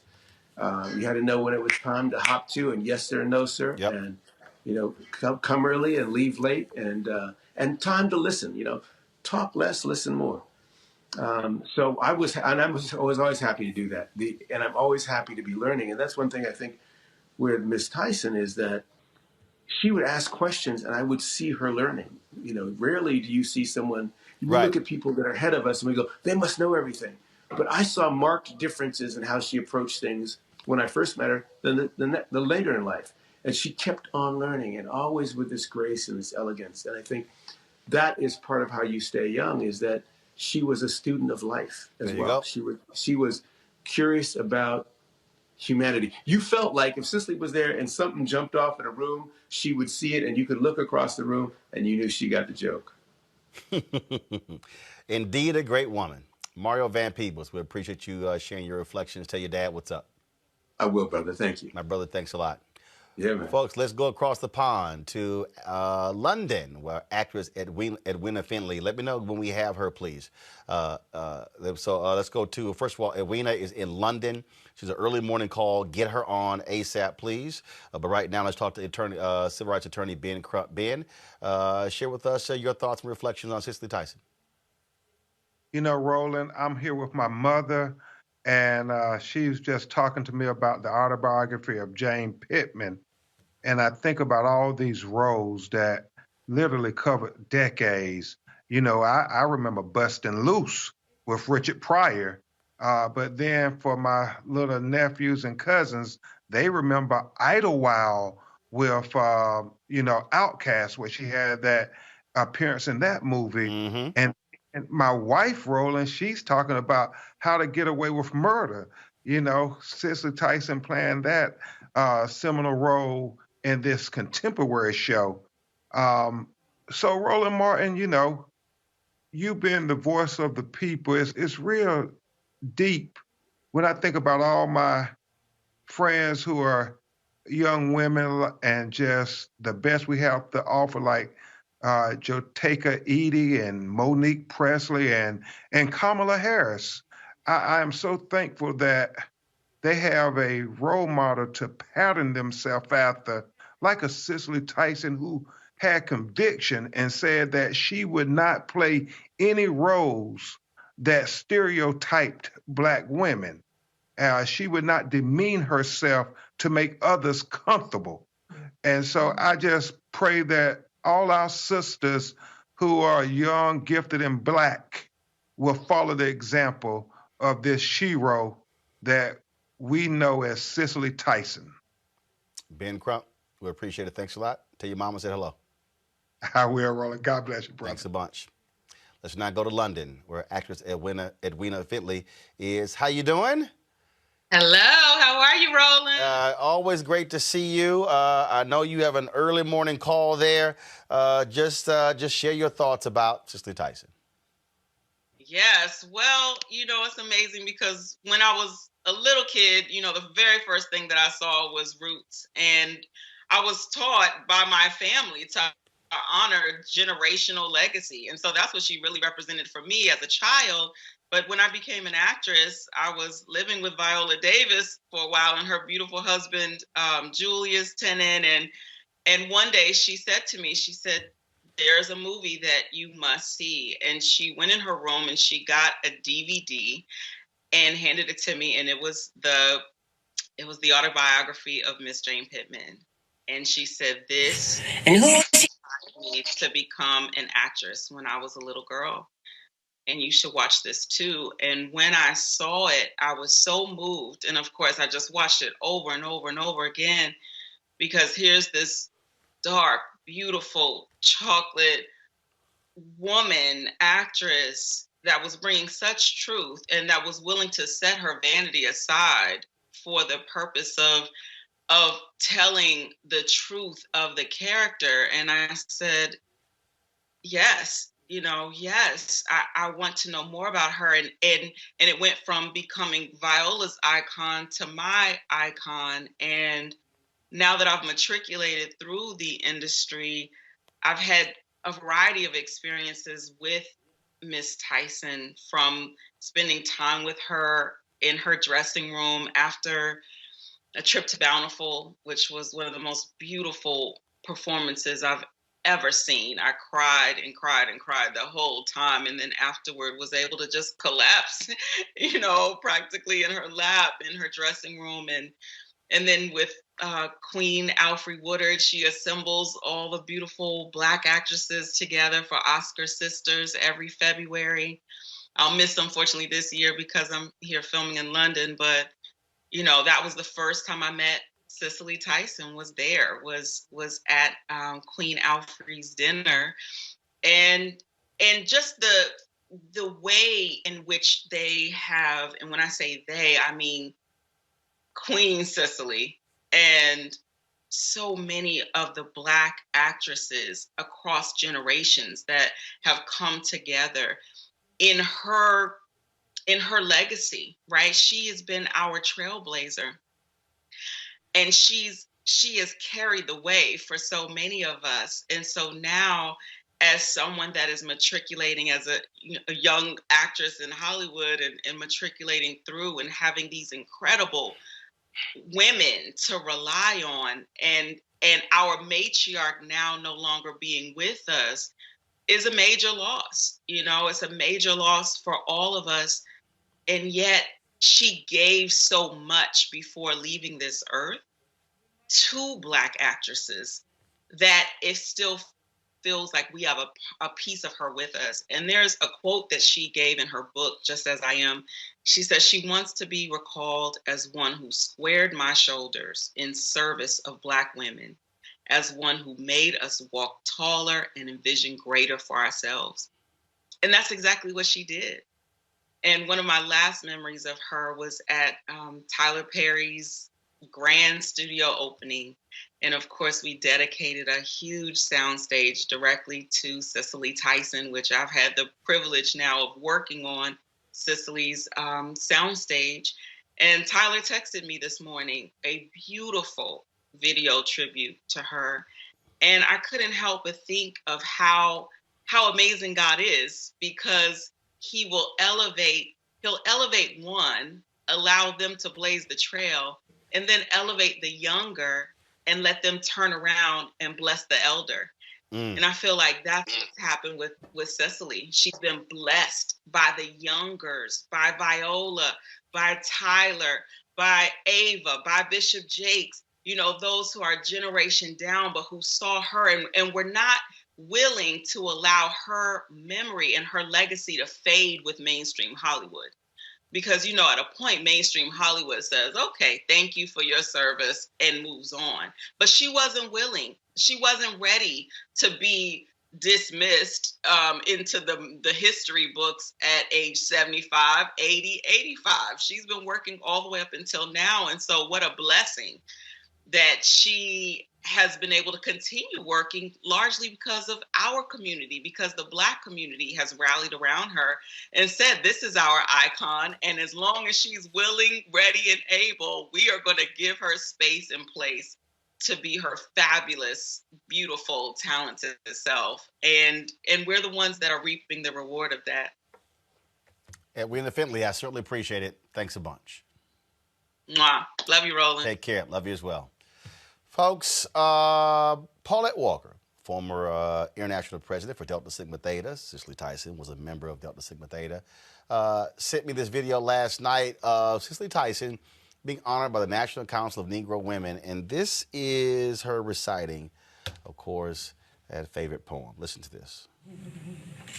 And who is he that breathed that comforting melodic sigh? Nobody knows the trouble I see.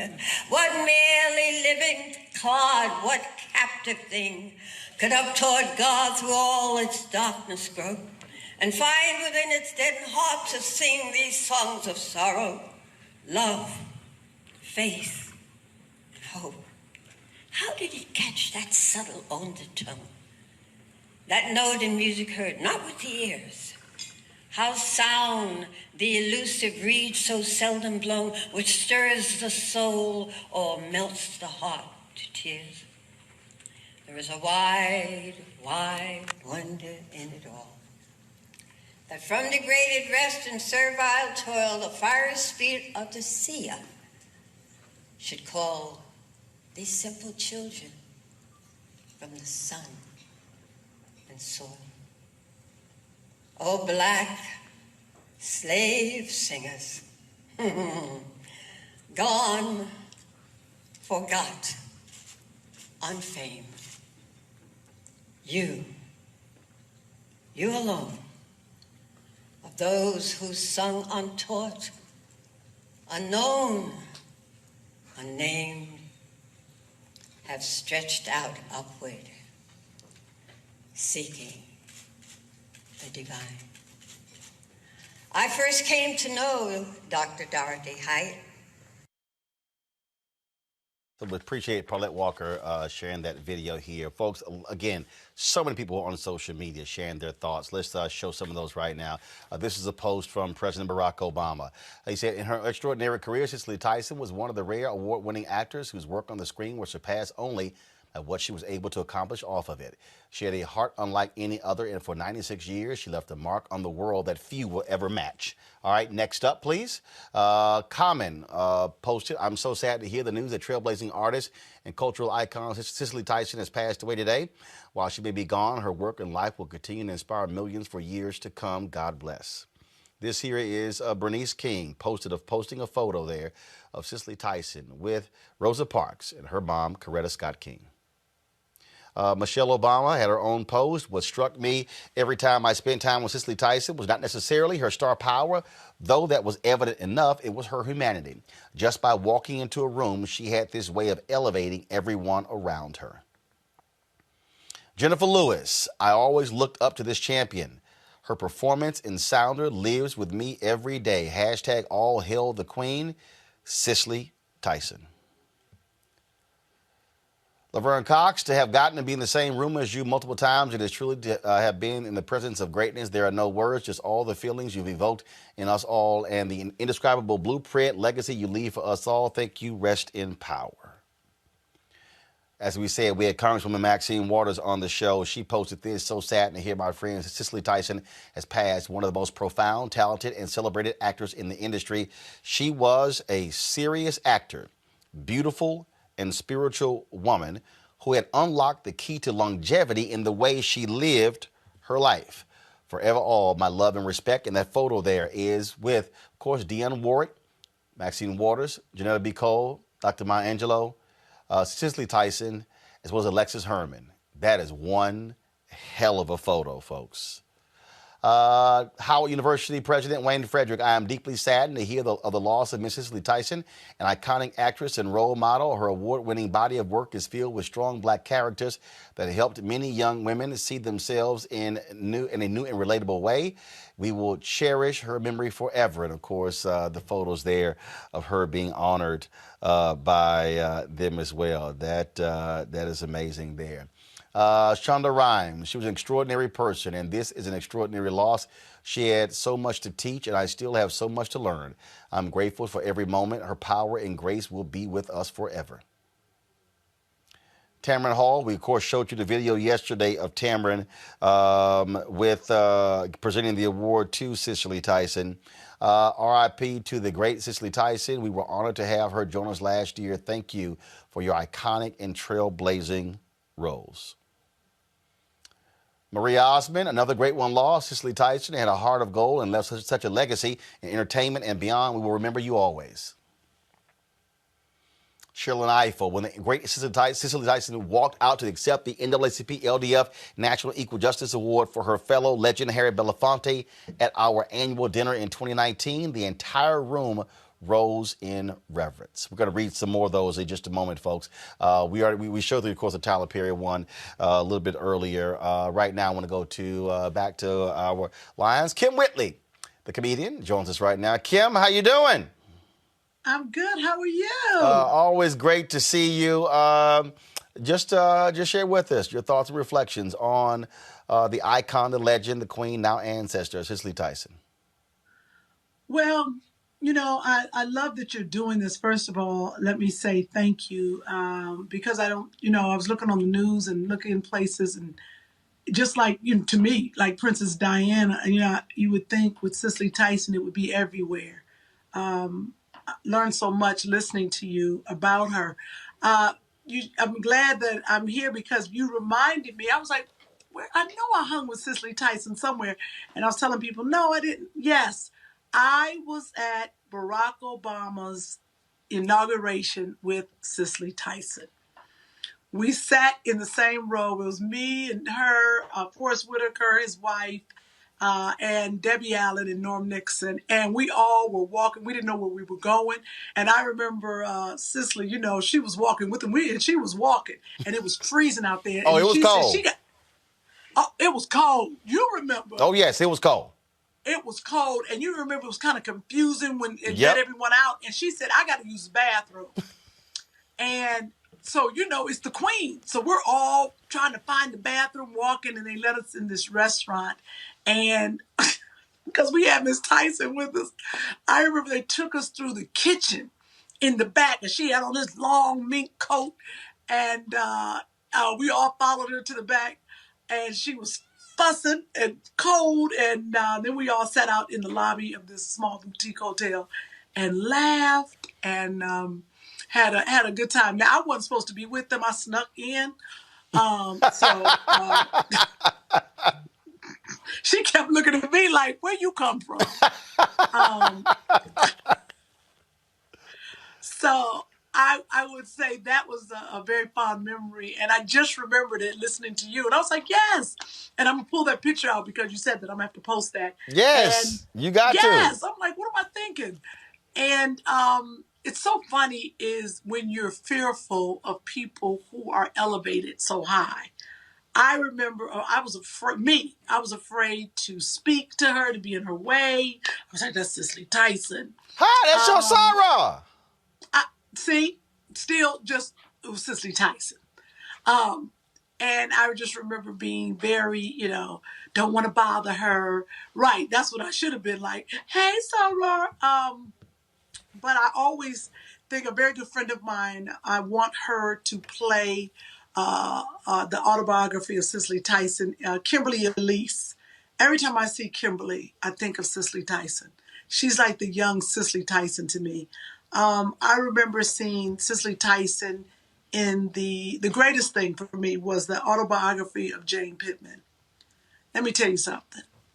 I think that's when in my mind I said, I want to be an actress. I was a little tot, but I remember the scene when she walked to that water fountain.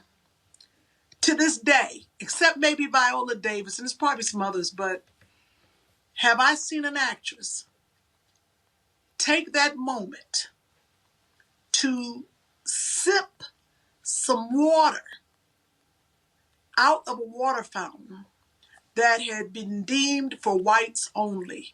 And she's playing Jane Pittman, but for an actress to take that moment and really, you just felt it. Like I felt that I was there. I felt that I was in the civil rights movement. I felt like it was just so powerful.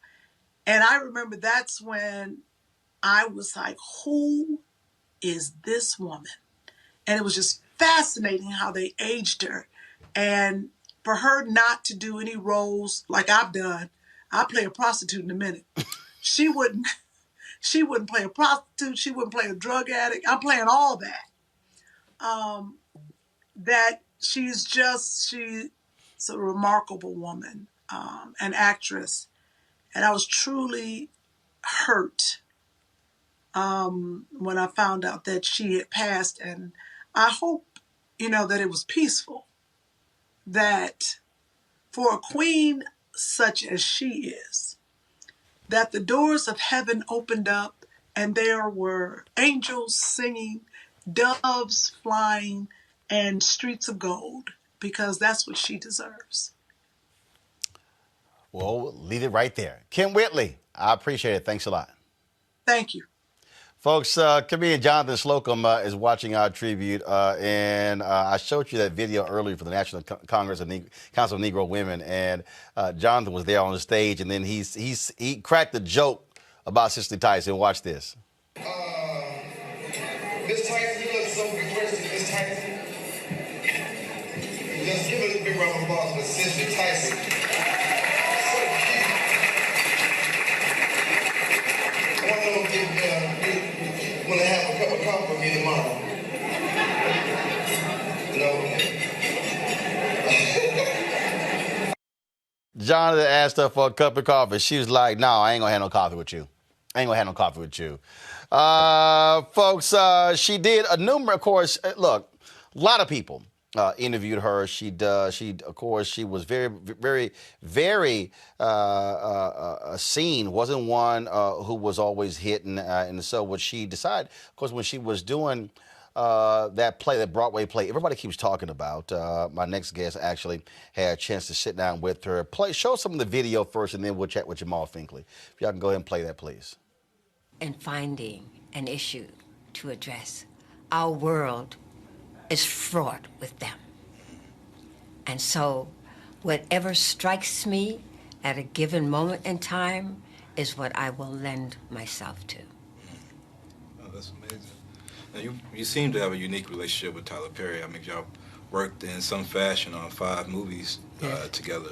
Mm-hmm. How has your relationship grown with him, and how have you seen him grown from when you first met him to now, today? Unbelievable. I have a piece of sculpture. It's from Zimbabwe.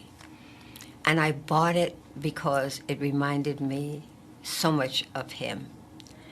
And it is, I call it the emerging one, because it is the being of a man into a boy coming out of the stone. And that's what I've seen him do from the moment I met him. And every year, he moves a little further out of that stone, okay? And I don't know if I will live to see him become a full statue, but I watch it happen every year. Let me rewind back, if I may, 40 years to be exact. Mm-hmm. 1972, you're up for Best Actress for Sounder. Diana Ross is up for Lady Singing to Paul Winfield. Yes. And God rest his soul. And yeah, late great Paul Winfield. Mm-hmm. And in the movies up for Best Picture. And now 40 years, you have Tyler Perry, the mm-hmm. highest grossing man in mm-hmm. Hollywood, and mm-hmm. doing all these great pictures, and a black president. When you was at that platform, it seemed like it was a time where you could see like greater things happening for mm-hmm. us as a race. Did you foresee things like this that's happening today for us? Well, I never thought in my time I would live to see a black president in the White House. I never did think that. I hoped that things for us in the business would improve.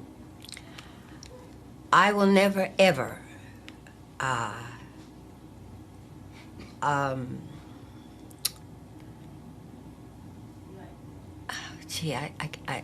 just have to find the word. Never dreamed that there would be a black movie industry and that I would have a sound studio named for me in the black movie industry. I never dreamed that that was possible. Wow. And Tyler Perry has done that. Wow. And I will be eternally grateful to him for what he did, not just for me, but for all people, not just for black people, but for all people.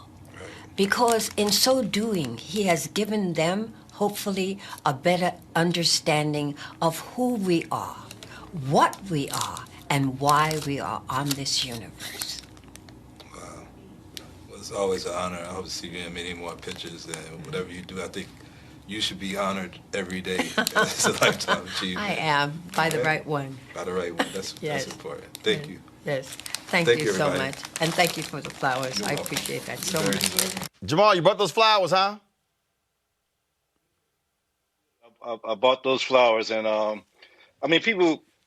I know this is about Cicely, but people have all kind of opinions about Tyler Perry. But just like me giving her those flowers, I feel like Tyler Perry gave her those flowers while she was alive too, and I appreciate him naming that stage after her, and just putting her in all these other movies later in her career, and just appreciating who she is because I mean, she is like our national treasure, and I think everybody appreciated her while she was here. It's not one of those cases where she becomes the greatest after she died. Like everybody loved her like a queen while she was here, and I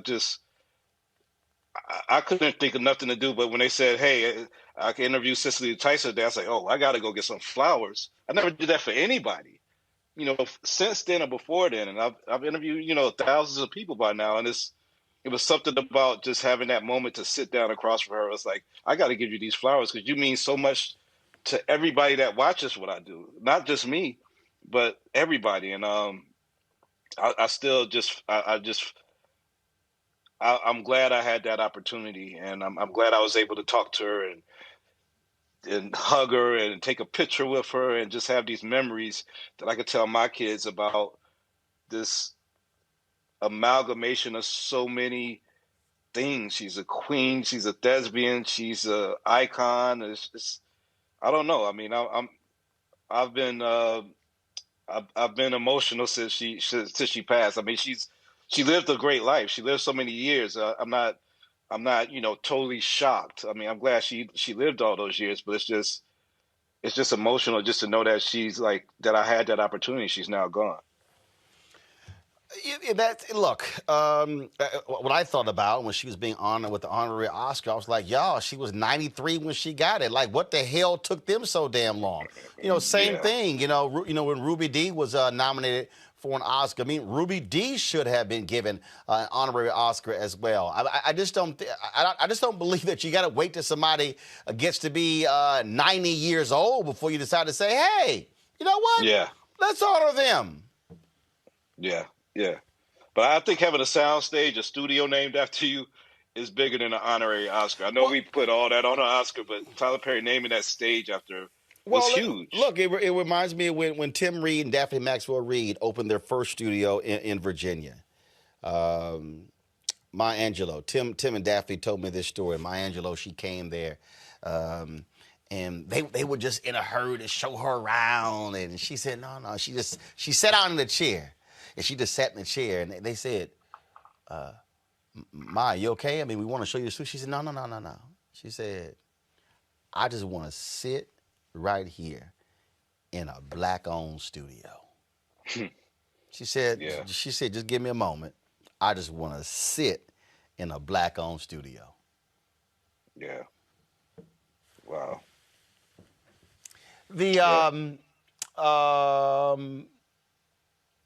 You cover all kinds of stuff in Hollywood. Are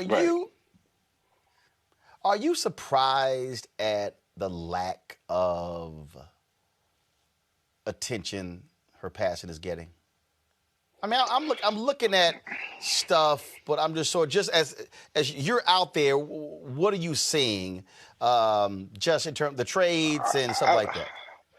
I mean, I could spend time, talking about that, but what I'm very proud of is what you're doing. I'm so proud of what you're doing and taking this time to do this and honor and have all these people have an opportunity to speak on her, let their emotions out. What you're doing is greater than what Variety or whatever other trade could be doing anyway. And I think, they should be, they should be like, all of their headlines should be about Cicely Tyson right now, as if it was Humphrey Bogart or whoever else that they would talk about. But But I'm proud of what you're doing. I'm looking at all the comments in the chats, and people are like recognizing how essential you are to our culture and to like being able to represent and uplift us and hold us up and shine that light on us. So yeah, they're always going to be lacking, and they're always going to miss the boat on things. But if we always have people like you to be here to step up and fill in for us, I mean, that's what we need. And I'm proud. I want to, really thank you for this opportunity for me to speak on Sicily, and then have everybody else here to have this opportunity also. Well, I raised that point because, I mean, you've been out there covering these movie junkets on the red carpets as well. We've talked about how it's difficult when you're in black media, even to get a lot of black folks to stop and talk to you as well. And I think and the reason I posed the question, because it reinforces what we do and why we do it.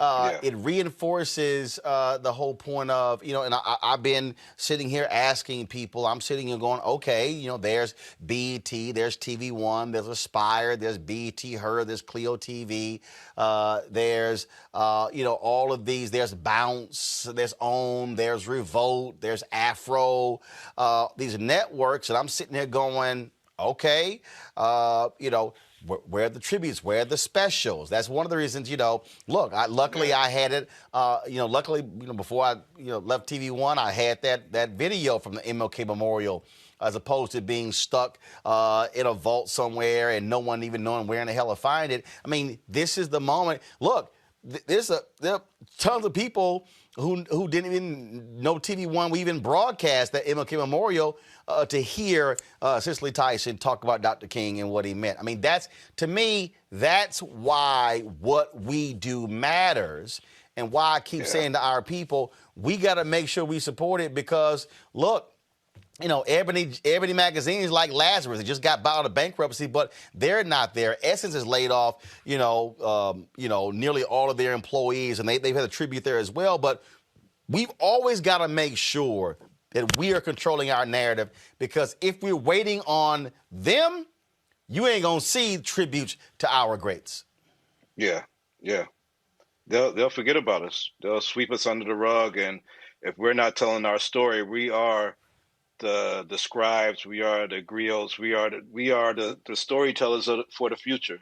And these people are able to look back at these videos that you own, not that some other company owns and could take away, and they'll be able to know how great Cicely Tyson is, because black media does exist.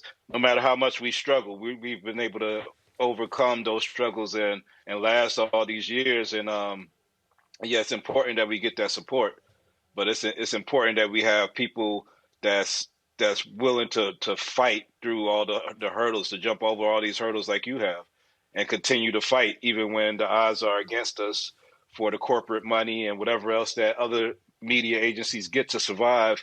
We figure out a way. But if we don't get the support of our people, I hope people are like, chiming in, that's feeling this tribute and donating, so that you could continue to do this. I mean, if we don't get that support, it is difficult. But yeah, I'm not surprised by Hollywood's lack of attention for Cicely Tyson. But I am enamored by all the love that she's getting from online, and all of the photos, and it's all the actors that's touched her, whether it was a Brisha Webb or Journey Smollett or Blair Underwood, or all the people that you've had on here that's spoken so highly of her. I'm not surprised by that, because she was easy to love and easy to know that you're in the presence of royalty. And I'll miss her presence, but at least she's left so many titles for us to watch. I mean, I spent some of today watching Sounder. I spent some of the day watching The Naked City. She's just in one episode. I had to rewatch that and just watch some of her great works, just to see, what she brought to the screen, what she brought to the art. And as a critic, I've always loved Cicely Tyson. I thought that she was, everything that Viola wants to be is what Cicely laid out, and then what all these other actors are aiming for is she was there first doing it, and she was the example. She's like the Jordan, like people could try to do Kobe, and everybody could try to do Jordan moves after Jordan was there, but it was because Cicely like put that on screen first, that people could see what a great thespian could be. And I'm proud to have had that moment, and I'm sure you're proud to have had the moments you've had with her also. Yes, indeed. Jamal Finkley, I appreciate it, man. Black Tree TV, we appreciate it. Thanks a lot. Thank you. All right, folks. This here is Cicely Tyson with a rendition reading Ain't I a Woman?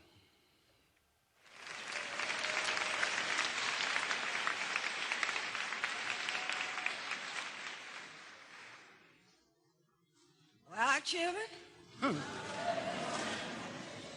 where there's so much racket, there must be something out of kilter.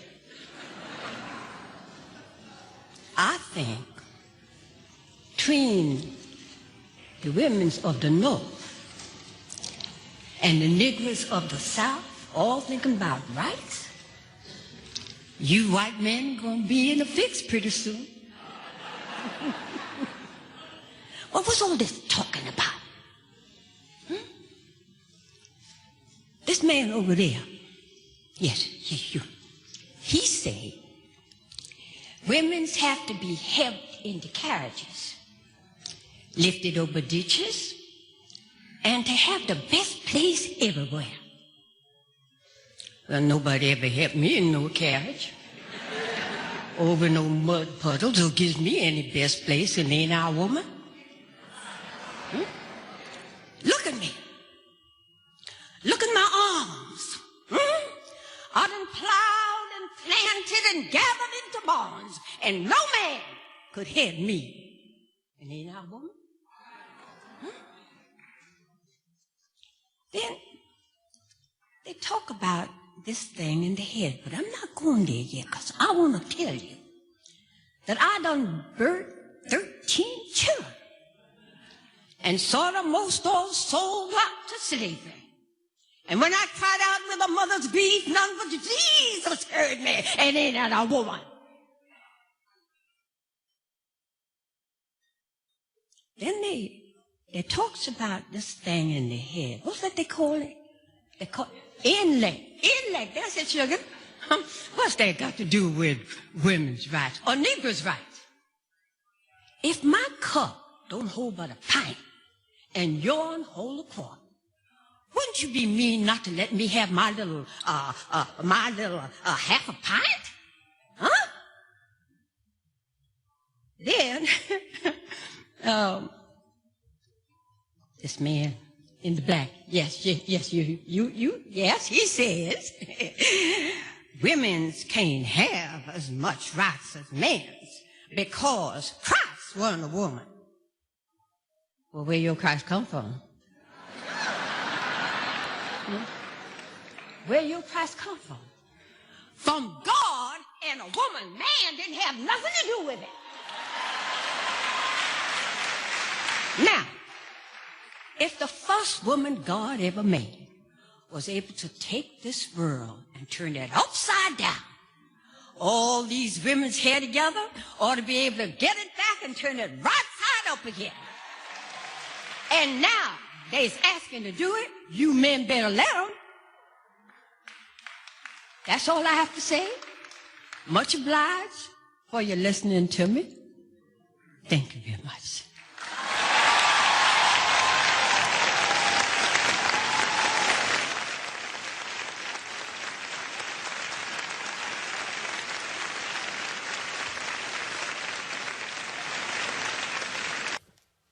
Joining us now is actress Vanessa Bell Calloway. Vanessa! Hi, how are you? How you doing? Just share with us your thoughts about Cicely Tyson. Well, you know, she was the diva dom of all diva doms, honey.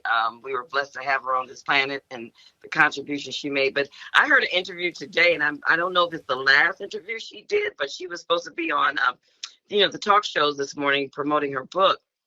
And thank God that the Kelly and Ryan show, they taped her earlier this week.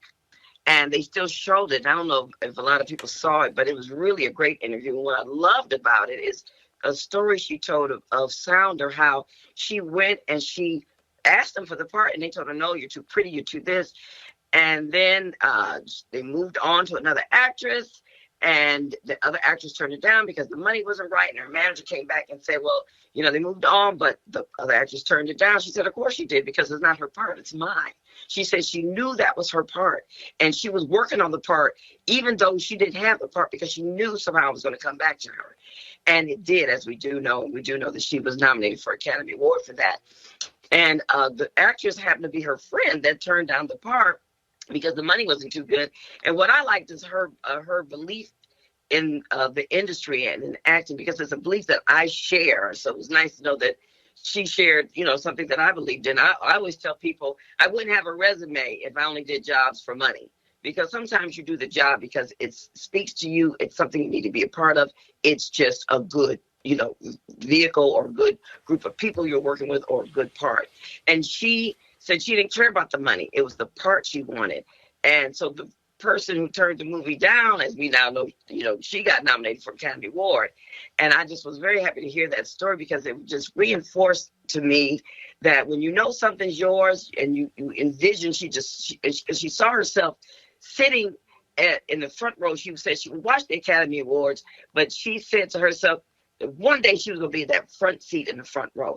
And it just kind of re-solidified to me the strength and the power. And when you envision yourself somewhere, that's where you probably will end up, because that's where you should be. And also just knowing that something is yours. And even when they tell you no, if you really believe it, hang in there. And I love that story today, because it really spoke to me and some of my beliefs, especially doing parts that I know is a place I need to be, even though the money may not be right sometimes. It's like, I'm taking it anyway, because it's not the money, it's the part. So I was so happy that they were able to air that this morning, and I hope a lot of people saw it, because it was a beautiful interview. Also, I think when we talk about how she operated, what she thought about, what her creed was, the word dignity is the one that jumps out. Yeah, she was very dignified, very classy, you know. I could never see her like, not that these, you know, when she was a younger woman, a young actress, some of the roles that we have available to us now, they weren't telling those stories, but I could never see her being the stripper in the club like some of these movies now. She would have never taken that part. That just wasn't her, you know. And she said that and this took a lot of strength. She said she turned down some roles. And as we know, back in the day, you know, you didn't win a whole lot of roles to even take. So the thought of turning down stuff, but she felt that it wasn't the right roles for her as a Black woman, displaying us in a good light. And, you know, sometimes people take jobs because they need the money, you know, and you can't fault people for that. But she had enough strength and enough belief in who she was. And even back then, when roles were sparse, she turned down something she didn't think was right because of what it said about our people. So I thought that was very brave as well. All right, Vanessa Bell Calloway, it's always great to have you here. I see you rocking your pink and green hat. Ski Five, brother. You know Ski Five. Come on now. Yeah, I see you. All right, then. Vanessa, thanks a lot. I appreciate it. Yes, God bless us all. Be safe, everybody. Thank you Take very care. much. All right. Folks, as I say, look, when we said she was up until the end, like literally, Bakari Sellers posted his podcast. He interviewed her on Monday. Bevy Smith had an interview with her on Monday as well. The folks at Inside Edition just posted this, one of her last interviews. Actress Cicely Tyson, who passed away at the age of 96. Ms. Tyson once said, "I am not a quitter. I will fight until I drop." And she lived up to her words, granting a string of interviews right up until her final days. Les Trent has details. The legendary actress Cicely Tyson talked with Kelly and Ryan on Wednesday. The next day, she died at age 96. Welcome to the show, Miss Tyson. Cicely was on a media blitz all week long promoting her just-released autobiography, Just As I Am. And the interviews are leaving the nation with a moving tribute to her. Think about that, folks. I mean, again, here she is. She's doing these interviews Monday, Tuesday, Wednesday, passes on Thursday. She said point blank she was never going to retire. and she never did. If you also want to see a great interview, just roll the video here. Gayle King sat down with her, and they had a chance to talk as well. And so I think you ought to take a look at that. Go online. You can see that video as well. Kerry Washington, of course, she also saluted her. In fact, before I go to that, I want to go to the Ava DuVernay tweet. This is what Ava posted. Your hugs, I'll remember how your petite arms wrapped around me like mighty branches of a sunlit tree, strong and warm. Your love, I'll remember. You loved me for some reason and told me often, thank you, Your Majesty, and bless you as you journey ahead until we meet again. And these are some of the photos. Folks, get the video ready of Kerry Washington when Cicely Tyson was honored by the Kennedy Center. This is another one of the photos that Ava DuVernay shared of her and Cicely Tyson. This photo right here, and then, of course, the last photo here with her with Cicely Tyson. As I said, all of these actresses, so many of them have been actresses and directors, and so many others have been talking about the great Cicely Tyson. And what she meant. This was a photo that Viola Davis posted today of her and Cicely Tyson as well. And so you see the smile on her face, that particular photo there. And so again, so many. This was another photo that she posted. This was the tweet. I'm devastated. My heart is just broken. I love you so much. You were everything to me. You made me feel loved and seen and valued in a world where there is still a cloak of invisibility for us dark chocolate girls. This is the photo that she posted of her and Cicely Tyson, obviously on the set of How to Get Away with Murder. I want to read the rest of what Viola Davis actually posted. I did reach out to her and her husband, Julius Tennant. And like I said, there were a number of people who we reached out to get their thoughts. But so many still are stricken by the news of her passing. That they declined. Sam Jackson, his wife LaTanya, Paulette Washington, of course, the actress married to Denzel Washington. This is what Viola Davis said. I'm devastated. My heart is just broken. I love you so much. You were everything to me. You made me feel loved and seen and valued in a world where there is still a cloak of invisibility for us dark chocolate girls. You gave me permission to dream because it was only in my dreams that I could see the possibilities in myself. I'm not ready for you to be my angel yet, but I also understand that it's only when the last person who has a memory of you dies that you will truly be dead. In that case, you will be immortal. Thank you for shifting my life. Thank you for the long talks. Thank you for loving me. Rest well. That was Viola Davis, recognizing, of course, recognizing Cicely Tyson. Here's a video here she shared. Going to pull the audio.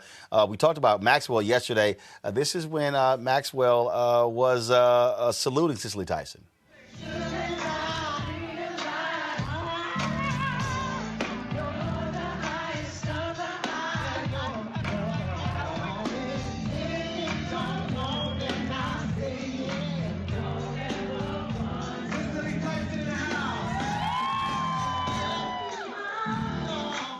That was a great night with the National Cares Mentoring Project. Folks, let me know when my next guest is there, please. Thank you very much. Harriet Cole, of course. Harriet has worked for a number of magazines. She, of course, is a columnist as well. Harriet, share your thoughts about how you doing? Oh, so good to be with you, Roland. What a wonderful broadcast. I'm enjoying all the memories and stories. It's really special that you're doing this. Thank you. Certainly appreciate it. Thank you so very much. Just share with us what Cicely Tyson meant to the world, but specifically Black women. Oh, man. The word indomitable is what comes to mind when I think about her. She was just such a powerful woman who carried that power in a small body, but with such presence, such clarity of self. I first met her when I was working at Essence Magazine many moons ago. But interesting, Roland, I have some good stories that maybe some people haven't heard so far. Just to give you a sense of the sassy Cicely Tyson. So I was producing a fashion show in Atlanta at the Macy's in Atlanta for a group of Black women, working with a wonderful woman, Jean Murphy, down there. And I'm producing the show, I'm commentating the show, and we learned Cicely Tyson is going to be in the show. And we're like, the Grande Dame is going to be in a fashion show here at Macy's. It was very exciting. Hundreds of women were crowded into this little area in Macy's.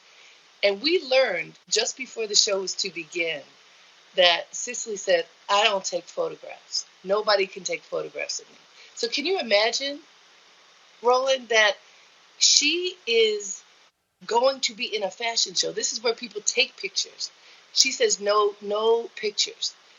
You say, okay, we'll see what we can do. We tell the folks, but it's Cicely Tyson. She walks out on stage as regal as ever, stands in front, puts her hands in front of her face and says, no pictures. And she says, well, I'm going to give you 3 seconds and you get all the pictures that you can in 3 seconds. And she holds her hands like this. She pulls her hands away and basically she vogues for 3 seconds, giving folks shots, and then covers her face, turns around and struts off the stage. It was fabulous. She was fierce. And so that was so much fun. And then contrast that to her. She walked many runways.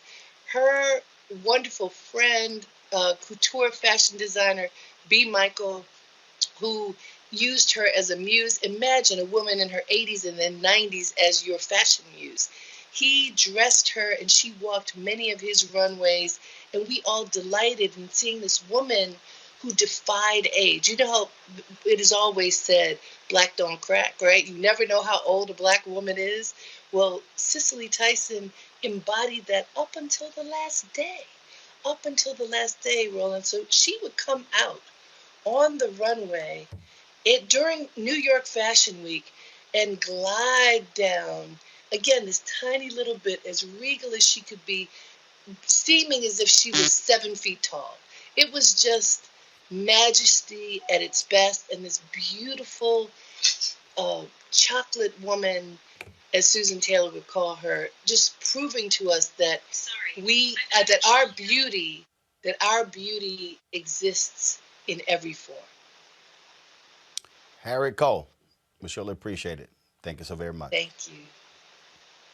Folks, this is the video when Cicely Tyson was waiting to hear whether she was going to win the Oscar. In this video, it's interesting. She predicts that it's Liza Minnelli, and so just watch her. Bottom left-hand corner. Watch this. Winner is. Hope they haven't got a cause. Liza Minnelli. Winner is. Hope they haven't got a cause. Liza Minnelli. So she turns to the person next to her and says, Liza Minnelli. And the guy behind her reaches and he's thinking it's her. Then when they call her name, she goes, yep. But you see there, it was 2 Black women nominated that year, Diana Ross and, of course, Cicely Tyson. So many people have been, again, sharing their tributes. This was from the Kennedy Center honors when Cicely Tyson was recognized. Now to celebrate your Kennedy Center honor, please welcome CeCe Winans, Terrence Blanchard, and the Cicely Tyson Community School of Performing and Fine Arts Choir, performing Blessed Assurance.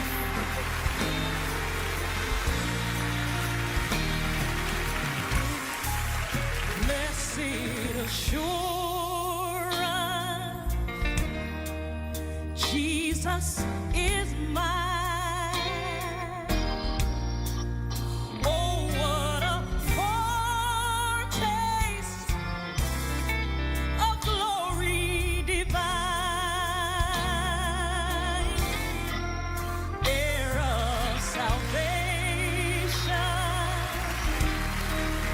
purchase of God, oh yeah, born of His Spirit.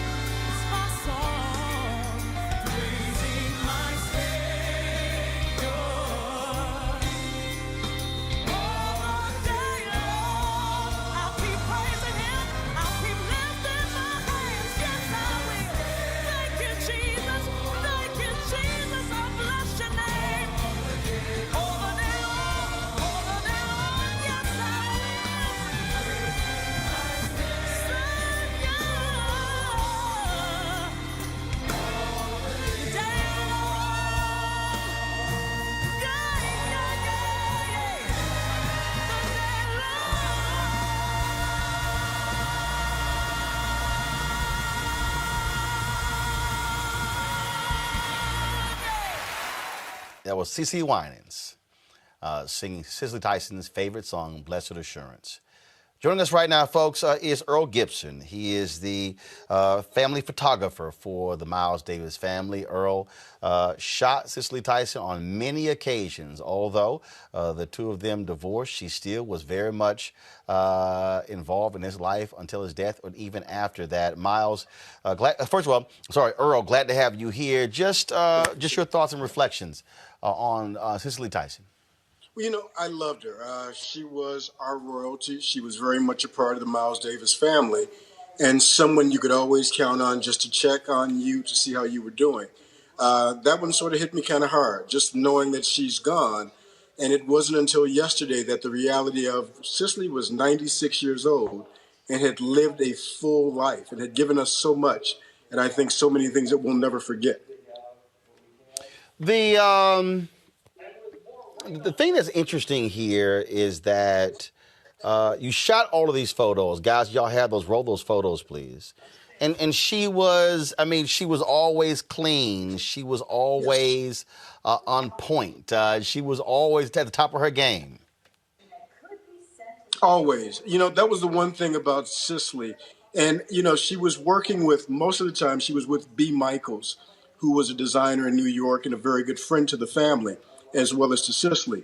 There was never a moment that you knew you were going to see Cicely and that she was not going to be stunning and royal and regal in her appearance and her actions. She was the epitome of what we consider divinity. The woman was just beautiful all the way around. As we reflect on so much of her, I think a lot of people would be surprised that she was, even though they got divorced, that she was still very involved in Miles Davis's life and with his family. Yeah, that was always amazing to me as a photographer. I've been shooting for the family since 2004, and there was not a major event, even when we dedicated the Miles Davis Street in his apartment in New York City. Cicely was at every major function that had anything to do with Miles Davis. And it spoke volumes to the character of the woman that she was. She was basically, I think she told us all, she still loved Miles to this day. When you think about, first of all, Harriet Cole was just on, and she was telling us that Cicely didn't want to be shot at that fashion show, didn't like photographs. Did you ever have any encounters with her where she's like, "Look, now you shooting too much"? You know what? Yes, I did. We did an event for BET, and we were accompanied with, I believe it was, Mr. Washington, and a few other celebrities. And she had just basically said, "Please stop. You've taken, baby." She said, "Baby, you've taken enough pictures to make me look good. Find one." So there were times that she was just tired of having her picture taken, but she was gracious about it no matter what. She allowed us to get I think we did a ceremony for her where they put her feet and her hands in the sand here in Los Angeles, in the cement. And we took no less than 800 pictures, and she smiled for every one of them. So as with all humans, they have their breaking points. But at any point, and I think because she knew I was part of the family, and although I worked for Getty Images and the Associated Press, she was also always gracious about having her picture taken. All right, Earl, it's always a pleasure, man. We certainly appreciate you sharing your thoughts with us. Thank you, my brother. Continued success, Roland. Yes, sir. Thank you very much, folks. Cicely Tyson was also recognized by the Television Academy. We showed you the honorary Oscar that she received. Here is, we're not going to play all of it, but here is her speech when she was inducted into the Hall of Fame of the Television Academy.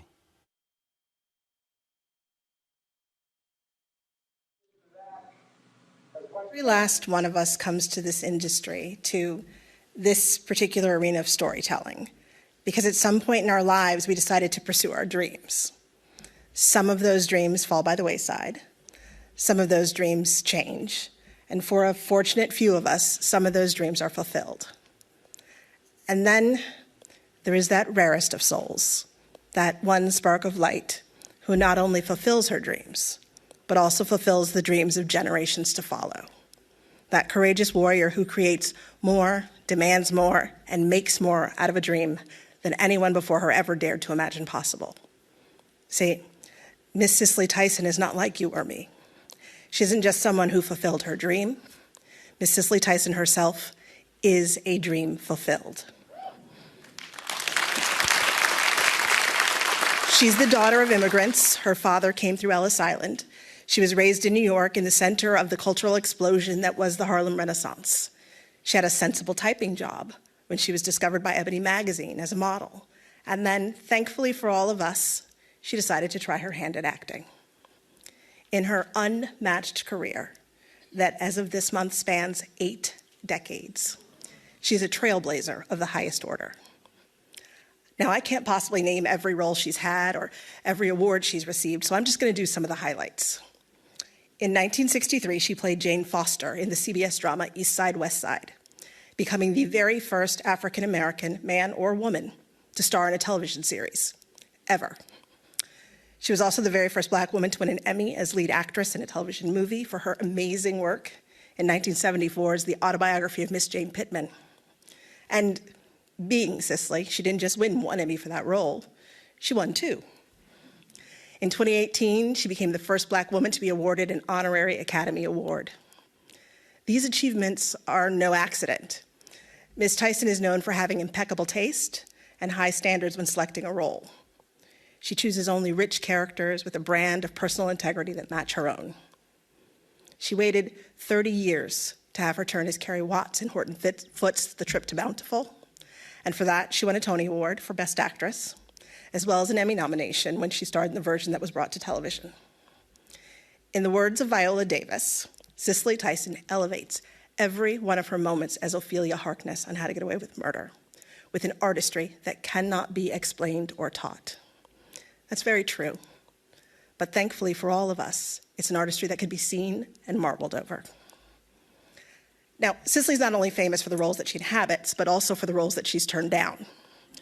She refuses to lend her talent to any character that would degrade not only herself as an actress, but as she says, she also refuses any character that would degrade women of color in general, because that could reverberate into future generations.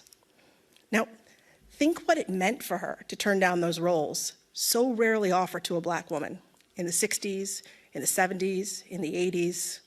She said no to being stereotyped. And in doing so, Cicely paved a Black road through a thick, unyielding white male forest with nothing on her side but courage and integrity. And now, an army of actresses of color can stroll that road today. Trailblazer. An honorary Oscar, 15 Emmy nominations, 3 Emmys, 1 Tony, a Presidential Medal of Freedom, and she founded the Dance Theater of Harlem on the side. There's simply too much Cicely to distill into a speech. With each turn on the screen, she presents a vision of humanity that is absolutely original and deeply universal. What she does with dialogue is an art. What she does with silence is a masterpiece. What she has done for all of us is a gift. Her dream is our reality. Miss Tyson, Cicely, thank you for going first. Because you are the first, there will be no last. It is my honor of a lifetime to induct you, my idol, my colleague, my friend, my family, into the Television Academy Hall of Fame.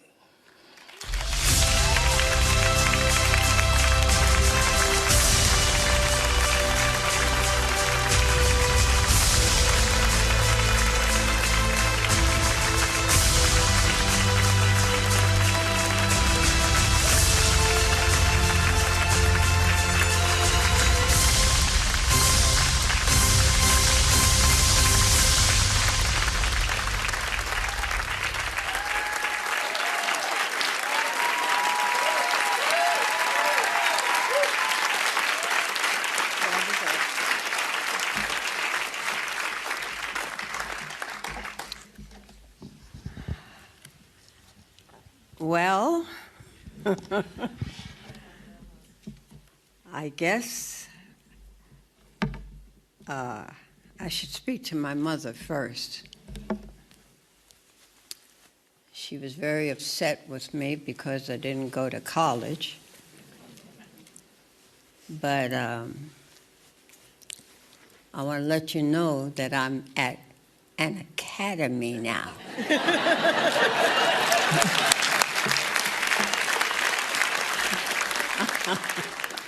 And I hope I made up for the disappointment. I want to thank God for keeping me here as long as I've been here to go to an academy. Okay. Moments like this render me speechless, I should say. Shonda, I don't know who you were talking about, but I'll accept it. Thank you for those incredible words. Those are the words that kept me going, that made me realize that I had made the right decision about my career. It's interesting to me that I had no idea where it was going, since I knew very little about show business. As children, we were not allowed to go to the movies, so I had no idea what it was that they were talking about. I learned, though.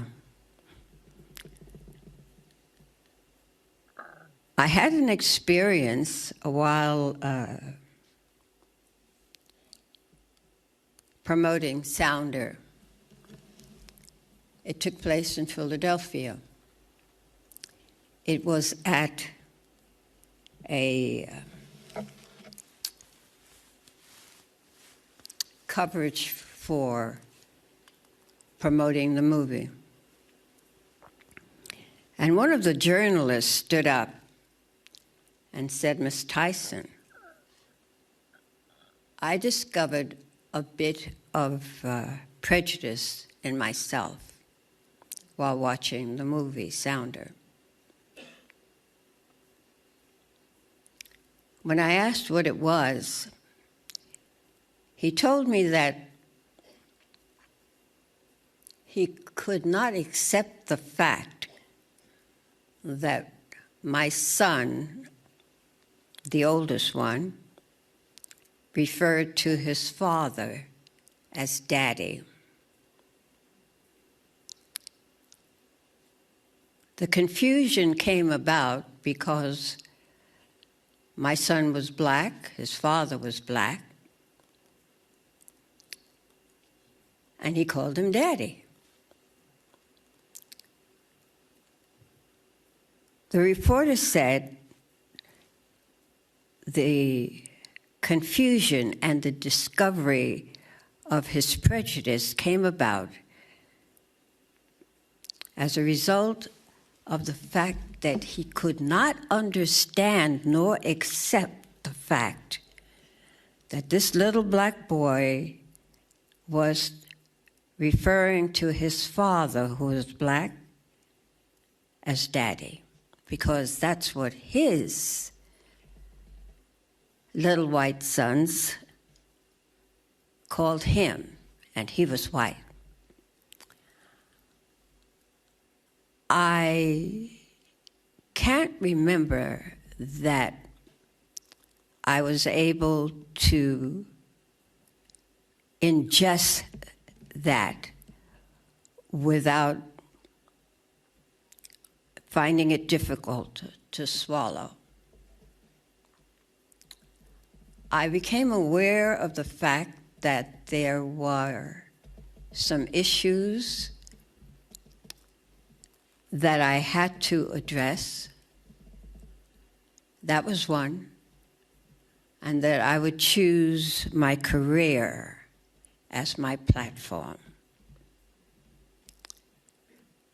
I am extremely grateful that what I refer to as divine guidance led me to this experience and gave me the future of my career.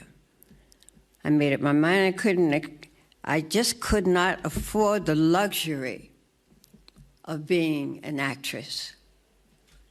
There were some issues I wanted to address, and as I said, I used my career as my platform.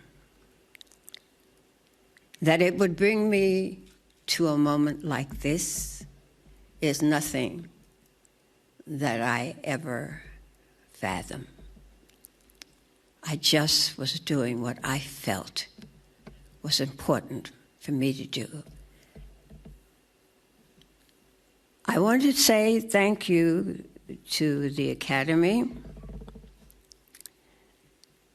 and the committee. I wish to extend my gratitude to you for selecting me for this important recognition. I've been getting a lot of awards lately. And I find myself wondering if you all know something that I don't know. And if you do, you better share it with me, okay? Because I will find a way to find out, okay?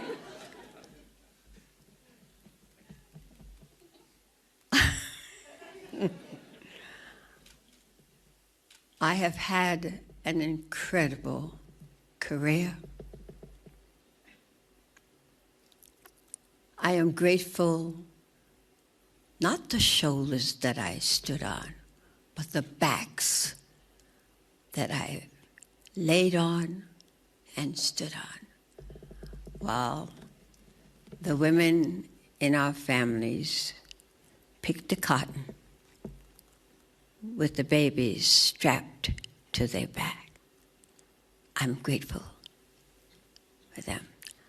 I am super grateful that I have been here for 95 years and I have no idea who this person is. Do you understand that? I find myself looking in the mirror every now and then and saying, Cicely, do you believe this? I don't. But I am grateful to the Heavenly Father, to every single one of you who have held me up over these years. I want you to know that I would not be here if it weren't for each one of you. I am everlastingly grateful. To the inductees that allowed me in their company, I am so grateful to be here with you. God bless you all. Thank you. Folks, the reason we do this is because when you have folks like the great Cicely Tyson, they deserve it. They have lived amazing lives, had tremendous careers, have touched us in a significant and unique way. This is a photo when we were at the MLK Memorial with Joe Madison and I and Cicely Tyson. That was, of course, from 2011. And when there was a documentary that Danny Glover was in that John Legend actually was one of the producers. This is that photo there, Cicely Tyson and I on stage at Bethel AME Church in Washington, D.C. Y'all go to show it, please. And so that's the, I'll pull it up. This is the, go back. This is the photo here. You should see the photo now. It was always great to see her, always great to chat with her, as she would always gently touch her face and have a kind word to say. She has now gone on to become an ancestor, but we have her work, a tremendous body of work that is still with us. So whether we look at Sounder or the autobiography of Miss Jane Pittman, whether we look at, of course, Idlewild, whether we look at, of course, her in Tyler Perry movies, or, of course, her being in the television show How to Get Away with Murder with Viola Davis. Just a tremendous, tremendous actress and an equally great person. We will certainly miss her, and we thank her for all that she did. Our prayers go out to all of the women, many women, folks, and men as well, but many women across this country and the world who she touched. And so we certainly thank so many of them. Folks, that is it for us here on Roland Martin Unfiltered. We thank all of you for watching as well. Of course, we'll be having the restream of this show as well. And as we did last night, we'll do this here. We're going to end, of course, with our memoriam for the great Cicely Tyson. I'll see you guys on Monday.